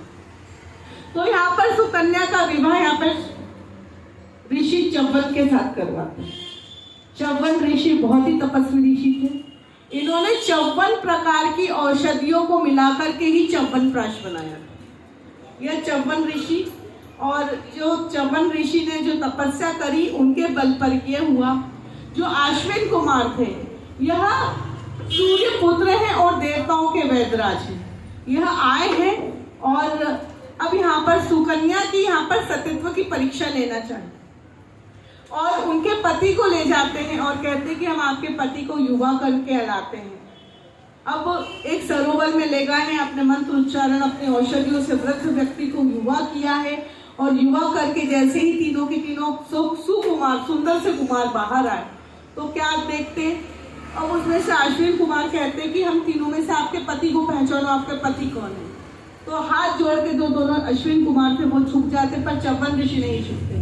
तो च्यवन ऋषि का वो चयन करती है, तो कहती है कि देखो हमने आपकी सतीत्व की परीक्षा लेने आए थे, आप उसमें अव्वल आए हैं। अब यहाँ पर च्यवन ऋषि से अश्विन कुमार यहाँ पर निवेदन करते हैं कि देवताओं ने हमको यज्ञ में भाग नहीं दिया है, तो कृपया करके हमको यज्ञ में भाग दिलवाओ। च्यवन ऋषि अश्विन कुमार के आदेश पर उनको यज्ञ में भाग दिलवाते हैं, और जैसे ही उनके नाम की आहुति डालने के लिए जैसे तत्पर होते हैं, तो जो इंद्र है अपने क्रोध के कारण वहां पर वर्षा कर देता है। पर च्यवन ऋषि का इतना तेज, इतना तप रहता है कि जहाँ पे बारिश होती है वहां पर अग्नि बुझती नहीं है, और बारिश में भी यज्ञ की जो लपटें हैं वो ऐसी की ऐसी ही चलती रहती। अब इंद्र को और क्रोध आया है, और जैसे वज्र उठा करके च्यवन ऋषि पर प्रहार करने के लिए तत्पर हुए, वैसे च्यवन ऋषि ने अपने कमंडल में से जल लिया है। जल लेकर के अभिमंत्रित करके इंद्र के ऊपर छिड़का, तो इंद्र वहीं पे स्तंभित हो गया। पूरा यज्ञ किया, अश्विन कुमारों को भाग दिया, पूर्णाहुति करी, उसके बाद इंद्र को स्तंभित किया। तो इंद्र भी वहां पर उनके तप को देख करके उनको नमन करता है। ऐसे ये च्यवन ऋषि सुकन्या का चरित्र था, और जो भी व्यक्ति इस चरित्र को सुनता है उसे पुनः लावण्य और स्वरूप की प्राप्ति होती है। अब यहाँ पर अम्बरीश राजा की कथा आती है। सूर्यवंश की हम यहाँ पर चर्चा कर रहे हैं। अम्बरीश राजा एकादशी का व्रत करता था, द्वादशी को उसका पायन करना था। पायन करते समय दुर्वासा ऋषि का आगमन होता है, पर कहते अतिथि देवो भव, अतिथि के आने पर उन्होंने अपने एकादशी के व्रत को पायन भी नहीं कर पाया और उनके सत्कार में लग गया। द्वादशी तिथि क्षय होने वाली थी, उसके पूर्व दुर्वासा ऋषि को बड़ा क्रोध आता है कि इन्होंने हमारे अतिथि सत्कार करने में यहाँ पर कुछ क्षय किया है। तो वहीं पर क्या करती हैं, दुर्वासा ऋषि अपनी जटा तोड़ करके धरती पे फेंकते हैं। वहां से कृत्या नाम की एक राक्षसी उत्पन्न होती है। कृत्या नाम की राक्षसी उस अम्बरीश राजा को मारने के लिए, खाने के लिए दौड़ती है। वहीं पर भगवान विष्णु जी का सुदर्शन चक्र आकर के कृत्या की वहां पर मुक्ति करता है, और वो जो सुदर्शन चक्र था उसने पुनः शांति नहीं ली, और दौड़ते दौड़ते यह दुर्वासा ऋषि के पास जाता है। तो दुर्वासा ऋषि जाकर के भगवान विष्णु जी की शरणागति लेते हैं और कहते हैं कि जो भी मेरे भक्त का अपमान करेगा और उसे प्रताड़ित करेगा तो हम भी उसे नहीं छोड़ेंगे। तो राजा अम्बरीश का यह एकादशी का व्रत करना बड़ा सफल हुआ। तो प्रत्येक व्यक्ति को अगर एकादशी करना हो ना तो द्वादशी में क्षय कर देना चाहिए। पर आजकल क्या अवगति हो गई है, दिन भर एकादशी पे तो खूब खाएंगे, पर सूर्य उदय में 1 घंटे 2 घंटे की एकादशी रहेगी ना तो उस दिन पूरी एकादशी मानेंगे, अगले दिन आज जैसे प्रदोष आए। प्रदोष करने वाले व्यक्ति को एकादशी नहीं करनी चाहिए, नहीं तो दोनों उसके व्रत हो जाते। हाँ, उसको एकादशी लग पाती ना त्रयोदशी लग पाती है। दोनों में से एक। हाँ, कोई भी एक करो। ऐसे ही इक्ष्वाकु वंश में राजा आगे राजा मानधाता हुए हैं। मानधाता राजा ने इसी ओंकारेश्वर पर्वत पे आकर के तपस्या करी 1000 वर्ष तक। फिर उन्हें पुत्र की प्राप्ति हुई। आगे राजा त्रिशंकु हुए।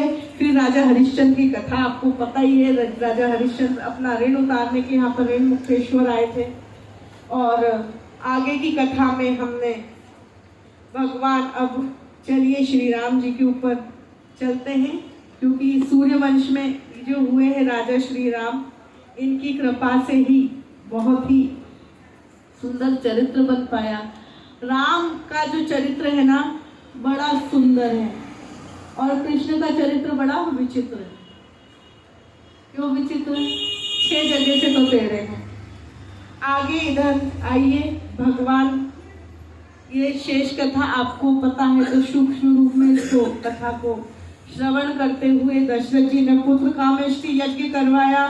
और पुत्र कामेष्टि यज्ञ के पश्चात जो तीनों माताएं थी वह गर्भवती हुई है। और जिसके पास भी हम मानस है, मानस को खोल के 151 नंबर चौपाई पे अभी हम आते हैं और थोड़े से भगवान का सत्संग करते हुए आइए। श्री राम जय राम जय जय राम, श्री राम जय राम जय जय राम। मंगल भवन मंगल हारी, प्रभु सुदशरथ अजिर बिहारी। श्री राम जय राम जय जय राम, श्री राम जय राम जय राम। देखो, अभी अपने को तो राम जी का जन्म करना है। अब फिर उसके बाद चंद्रवंश पढ़ेंगे। अभी सूर्यवंश तो पूर्ण करें। योग लगन ग्रह बार तिथि, सकल भय अनुकूल। चर अरुचर हर्षित जुत, राम जन्म सुख मूल। क्या हुआ? भगवान का जन्म कैसे हुआ? नौमी तिथि मधुमास पुनीता, नौमी तिथि मधुमास पुनीता। शुक्ल पक्ष अभिजित हरि प्रीता, शुक्ल पक्ष अभिजित हरि प्रीता। मध्य दिवस अति शीतला घामा, पावन काल लोक विश्रामा। नौमी तिथि है ना, मधुमास। मैंने कल भी आपको निवेदन किया था, जब जब नवरात्रि आती तो नवरात्रि को हम कहते हैं मधुमास। शुक्ल पक्ष अभिजीत हरिप्रीता, जो मध्य दिवस रहता है वो अभिजीत मुहूर्त रहता है। और कहते हैं कि जब भी विवाह करना हो ना घर में, एक तो या तो अभिजीत मुहूर्त में करो, गोधूली बेला में करो, या प्रातःकालीन भोर बेला में करो। पर आजकल की परंपरा बन गई है कि रात को हम आधी रात को विवाह करेंगे।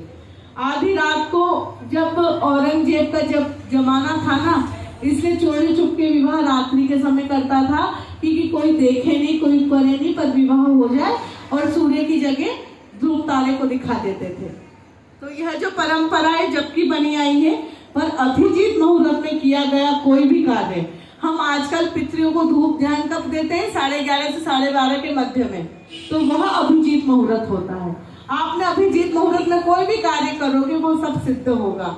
मध्य दिवस अति शीतला घामा, ऐसा दिन का समय था, ना ज्यादा ठंड थी ना ज्यादा गर्मी थी। पावन काल लोक विश्रामा, लोगों को 11 बजे से लेकर 1 बजे के बीच में सोना जरूर चाहिए, पर क्या करते हैं? और सुबह 4 बजे उठना चाहिए।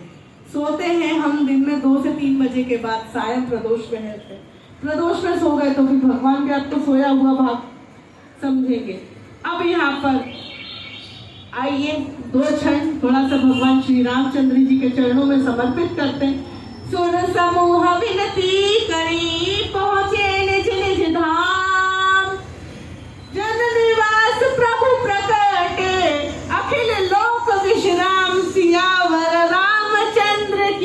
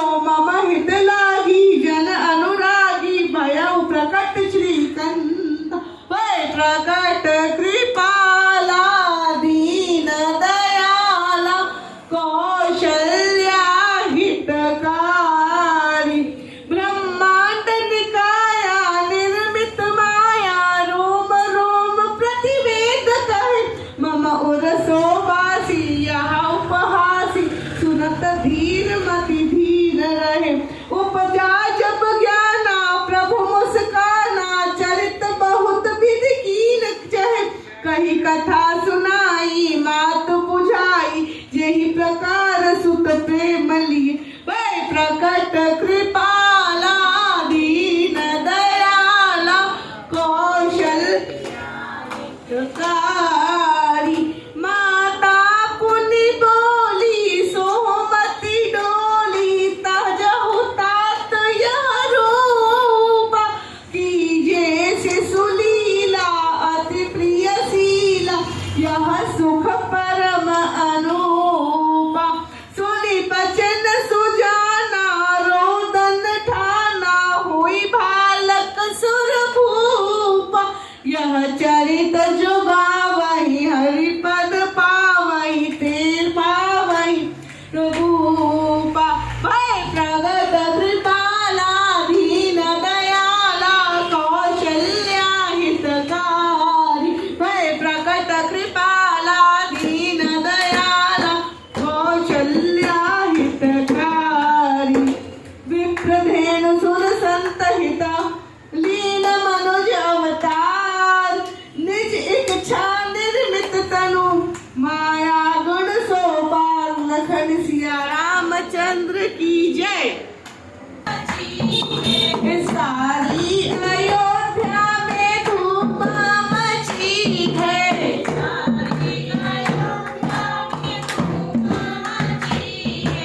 भारी भीड़ अगनैया अवध में बाधे बधैया भारी भीड़ अगनैया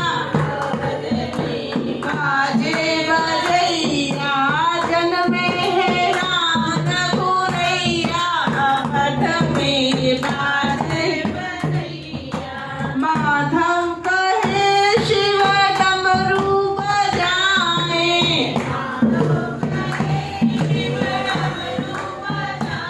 ए माधव कहे शिव डमरू बजाए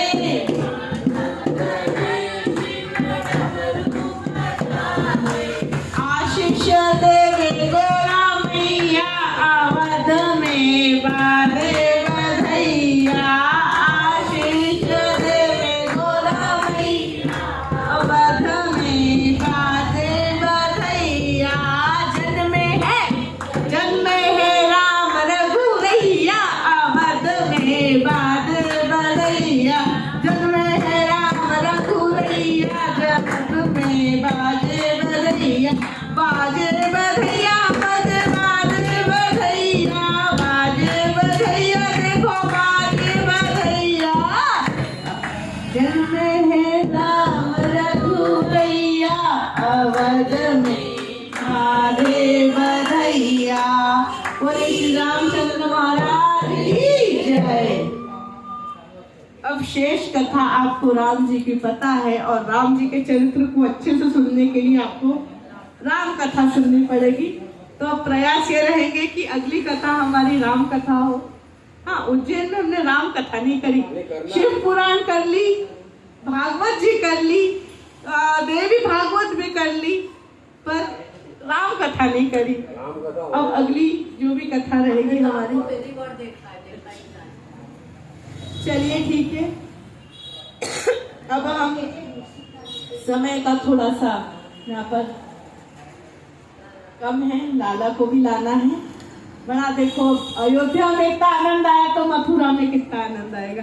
अब आपने मानसिक रूप से आपने जो यात्रा करी वो अयोध्या की करी। अब हम यहाँ पर नवम स्कंद के अंतर्गत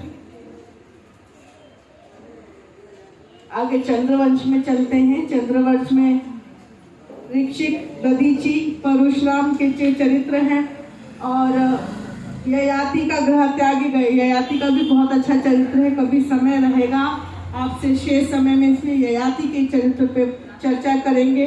आगे चल के पांचाल, कौरव और मगध देश के राजाओं का इसमें वर्णन आता है और यदुवंश के वर्णन में निर्भय के वंशों का वर्णन है।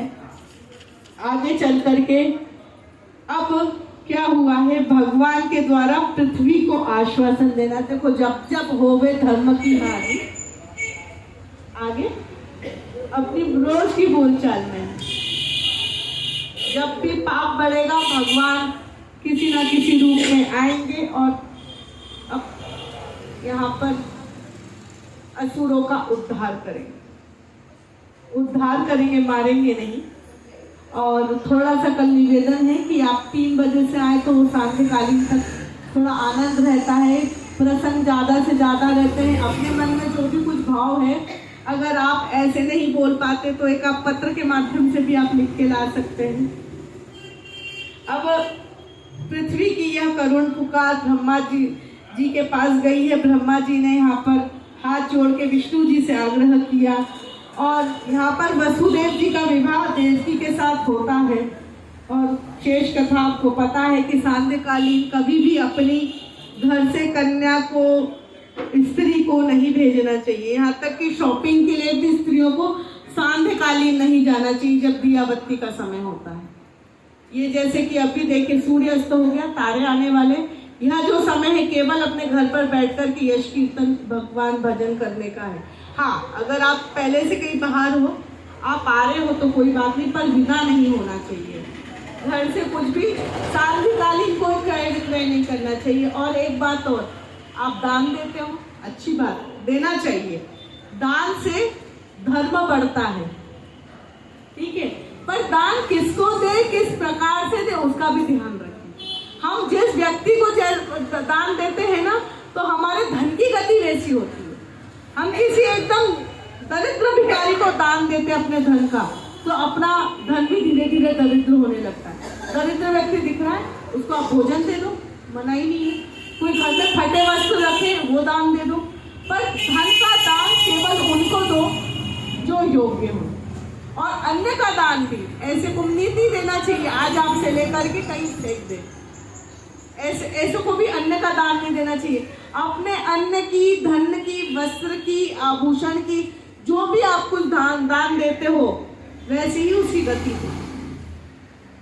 अब हम, भगवान का जन्म है, अच्छी पकवान होना चाहिए, तो आज तो कुछ ज्यादा ही पकवान आ गए है ना। इन थोड़े से मूंगफली को सेक लेते ना तो और आनंद आ जाता। ऐसे ही जब भगवान मथुरा से गोकुल जा रहे थे ना, तो उस समय माता देवकी के पास कुछ था नहीं। और कभी भी कहीं जाओ, यात्रा करो, भले व्रत हो, 2 दाने किसमिस के चिरौंजी के रख लो, कभी भी घर से भूखे मुंह नहीं जाना, भूखे मात नहीं जाना चाहिए। तो देवकी माता ने क्या किया था, धनिये की पंजीरी बना करके ठाकुर जी को खिलाई। तो इसलिए हम धनिये की पंजीरी भगवान को खिलाते हैं। पर लोग बाग तो राम जी को भी धनिये की पंजीरी दे देते हैं, पर राम जी को क्या कमी थी। तो भगवान की कल हम बाल लीलाओं को श्रवण करेंगे और कल 56 भोग की यहाँ पर लीला रहेगी। अपने घर से भी प्रयास करो कि थोड़े थोड़े भजिया पूड़ी सब बना के लो, बाकी व्यवस्था प्रसाद की इधर भी रहेगी। और मैं एक आपको बात बताती हूँ, जब हम जलेबी दान करते हैं, अभी अधिक मास में मालपुए दान किए है ना, और क्या घेवर, जलेबी, इमरती, ये क्यों दान करते हैं? उसका कारण ये है कि जितने जलेबी, मालपुए, मैसूर पाक, घेवर में छेद होते हैं, उन छेद में रस भरा जाता है।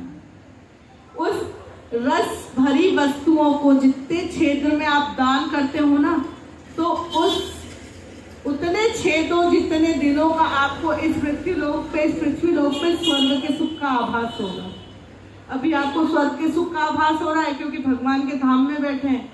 हमने कल्पना भी की थी, नहीं तो घर में रहते तो कुछ ना कुछ कार्य निकल जाते, कहीं फोन पे चर्चा करते, कहीं यात्रा कर लेते।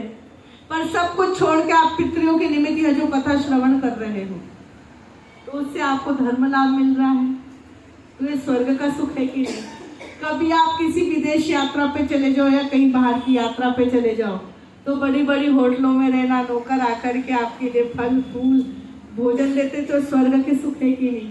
आप फ्लाइट से आती हो माता जी, है ना, और एयर होस्टेस आ रही है आपके लिए जल लेके, कॉफी लेके, स्वर्ग का सुख है कि नहीं? ऐसा कभी प्रतीत हुआ कि हम भगवान के साथ पुष्पक विमान में बैठे हैं? हम तो भगवान को साथ में लेके चलते हैं, हमको तो यही लगता है कि हम भगवान के साथ पुष्पक विमान में चल रहे हैं। एक समय हमने दिल्ली, इंदौर से दिल्ली की यात्रा करी, ऊपर कॉफी बैठ के पी, तो बोला कि धन्य भाग हमारे, लोग तो जमीन पे कॉफी पीते, हम तो उड़ते उड़ते कॉफी पी रहे हैं। तो यह सब पुण्य है ना, ये हमको हमारे कर्मों के द्वारा ही प्राप्त होते हैं। आज जो हम जैसा कर्म करेंगे वैसे ही हमको सुख प्राप्त हो। आज हम बहुत संतुष्टि हैं, बहुत सुखी हैं। क्यों हैं? हमारे मुख पे हमेशा एक प्रसन्नता चित घूमती रहती है। अंदर दुख होते हैं, सबके होते हैं, कोई तन दुखी, कोई धन दुखी नहीं, कोई तन दुखी, कोई मन दुखी, कोई धन में न रहा तो उदास। जिसके पास धन नहीं रहता ना, वो उदास रहते। थोड़े थोड़े सब दुखी, सुखी हम जैसे राम के दास।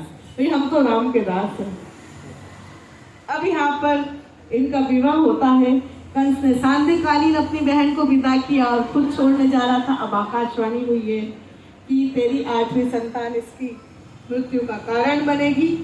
तो यही भय के कारण कृष्ण ने देवकी और वसुदेव को कारागार में डाला है, और 1 करके 2 करके 6 संतानों को उन्होंने मृत्यु के घाट उतार दिया। 7वीं संतान को संकर्षण के द्वारा रोहिणी के गर्भ में कर दिया। जो आजकल IVF टेस्ट ट्यूब बेबी जो हो रहे हैं ना, ये आज की प्रथा नहीं, उस द्रौपदी युग की प्रथा। उस संकर्षण के द्वारा देवकी के गर्भ को लेकर के रोहिणी के गर्भ में कर दिया, क्योंकि रोहिणी जी भी थी ना, वह भी वसुदेव की पत्नी थी, पर कंस के अत्याचार से वह नंद बाबा के यहाँ रह रही है। अब वहां पर बलराम जी हुए, बोलिए बलराम जी भगवान की। अब बलराम जी हुए, अब 8वीं संतान की बारी। सभी देवताओं ने मिलकर के उनकी प्रार्थना करी, और जिसे भी भगवान की स्तुति करनी है, आइए हम भगवान का थोड़ा सा कीर्तन करें। स्वागतम कृष्णा शरणागतम कृष्णा, तो स्वागतम कृष्णा शरणागतम कृष्णा। हम यहाँ पर सभी मिलकर के भगवान का यहाँ पर अभिवंदन करने की आप पाओ, और हमारे जीवन में जितने भी कष्ट हैं उसको क्षय करो। देखिए ठाकुर जी क्या नहीं करते जब उनकी लीला होती है ना, लीला उनकी इतनी प्रबल है, हमें पता नहीं चलता कि कब किस रूप में आकर के हम पे कृपा करते हैं। ये बहुत छलिए हैं। तो ऐसे ही आगे चल करके भगवान ने देवकी के गर्भ से जन्म लिया, और अपनी योग माता से कारागार में जितने भी उपस्थित सैनिक थे उनको निद्रा आ गई, और हथकड़ियाँ थी वह खुल गई, और खुलने के पश्चात यहाँ पर योग माया ने वसुदेव जी से कहा कि जाओ और गोकुल में जो कन्या हुई उसको लेके आ जाओ और कन्हैया को उधर छोड़ दो। अब वसुदेव जी अपने सर पर ठाकुर जी को रख करके जमुना पार करते हैं, और जमुना पार करने के बाद क्या होता है कि वहाँ पर यशोदा के पास जो कन्या थी, कन्या को रखा, और कन्या को रखने के बाद वहाँ से ठाकुर जी को रखा और कन्या को अपने गोद में लेके पुनः जब मथुरा आते हैं तो उनकी जो योग माया से जो उनकी स्मृति थी वो सब भूल गए और वापस से बेड़िया बन गई। सुबह सुबह जब रुदन की आवाज आई, कंस के कारागार में जितने भी सैनिक थे उन्होंने सूचना दी, जाकर के उस दाई माता को भेजा और कहा कि ये पुत्र नहीं पुत्री है। बड़ा यहाँ पर अचंभित हो गए और जैसे ही उस पुत्री को फेंकना चाहा, वो आज योग माया बन गई। वो योग माया ही सुभद्रा उनकी बहन थी और आज भी विंध्यवासिनी पर्वत पर विंध्याचल पे वो निवास कर रही है। बोलिए विंध्यवासिनी देवी की। अब क्या हुआ है, अगले दिन यहाँ पर गोकुल में नंद महल में देखा कि यशोदा के पास एक लाला रो रहा है। उठाया है नंदा सुनंदा उनकी बहनों ने और यहाँ पर बधाई दी गई, नेक दिया गया। और आए आप हम सब भी मिलकर के इस नंद उत्सव में भाग लेते हैं। आइए और क्या गाते हैं, गोविंद गोकुल आयो, गोविंद गोकुल आयो, गोविंद गोकुल आयो, गोविंद गोकुल आयो। इत मथुरा उत गोकुल नगरी, इत मथुरा उत गोकुल नगरी, बीच में बहती यमुना गहरी, बीच में बहती यमुना गहरी। गोकुल में सुख, गोकुल में आनंद लायो, गोविंद गोकुल आयो, गोविंद गोकुल आयो, गोविंद गोकुल आयो, गोविंद गोकुल आयो, गोविंद गोकुल आयो, गोविंद गोविंद गोकुल आयो, गोविंद गोकुल आयो गोविंद गोकुल आयो, गोविंद गोकुल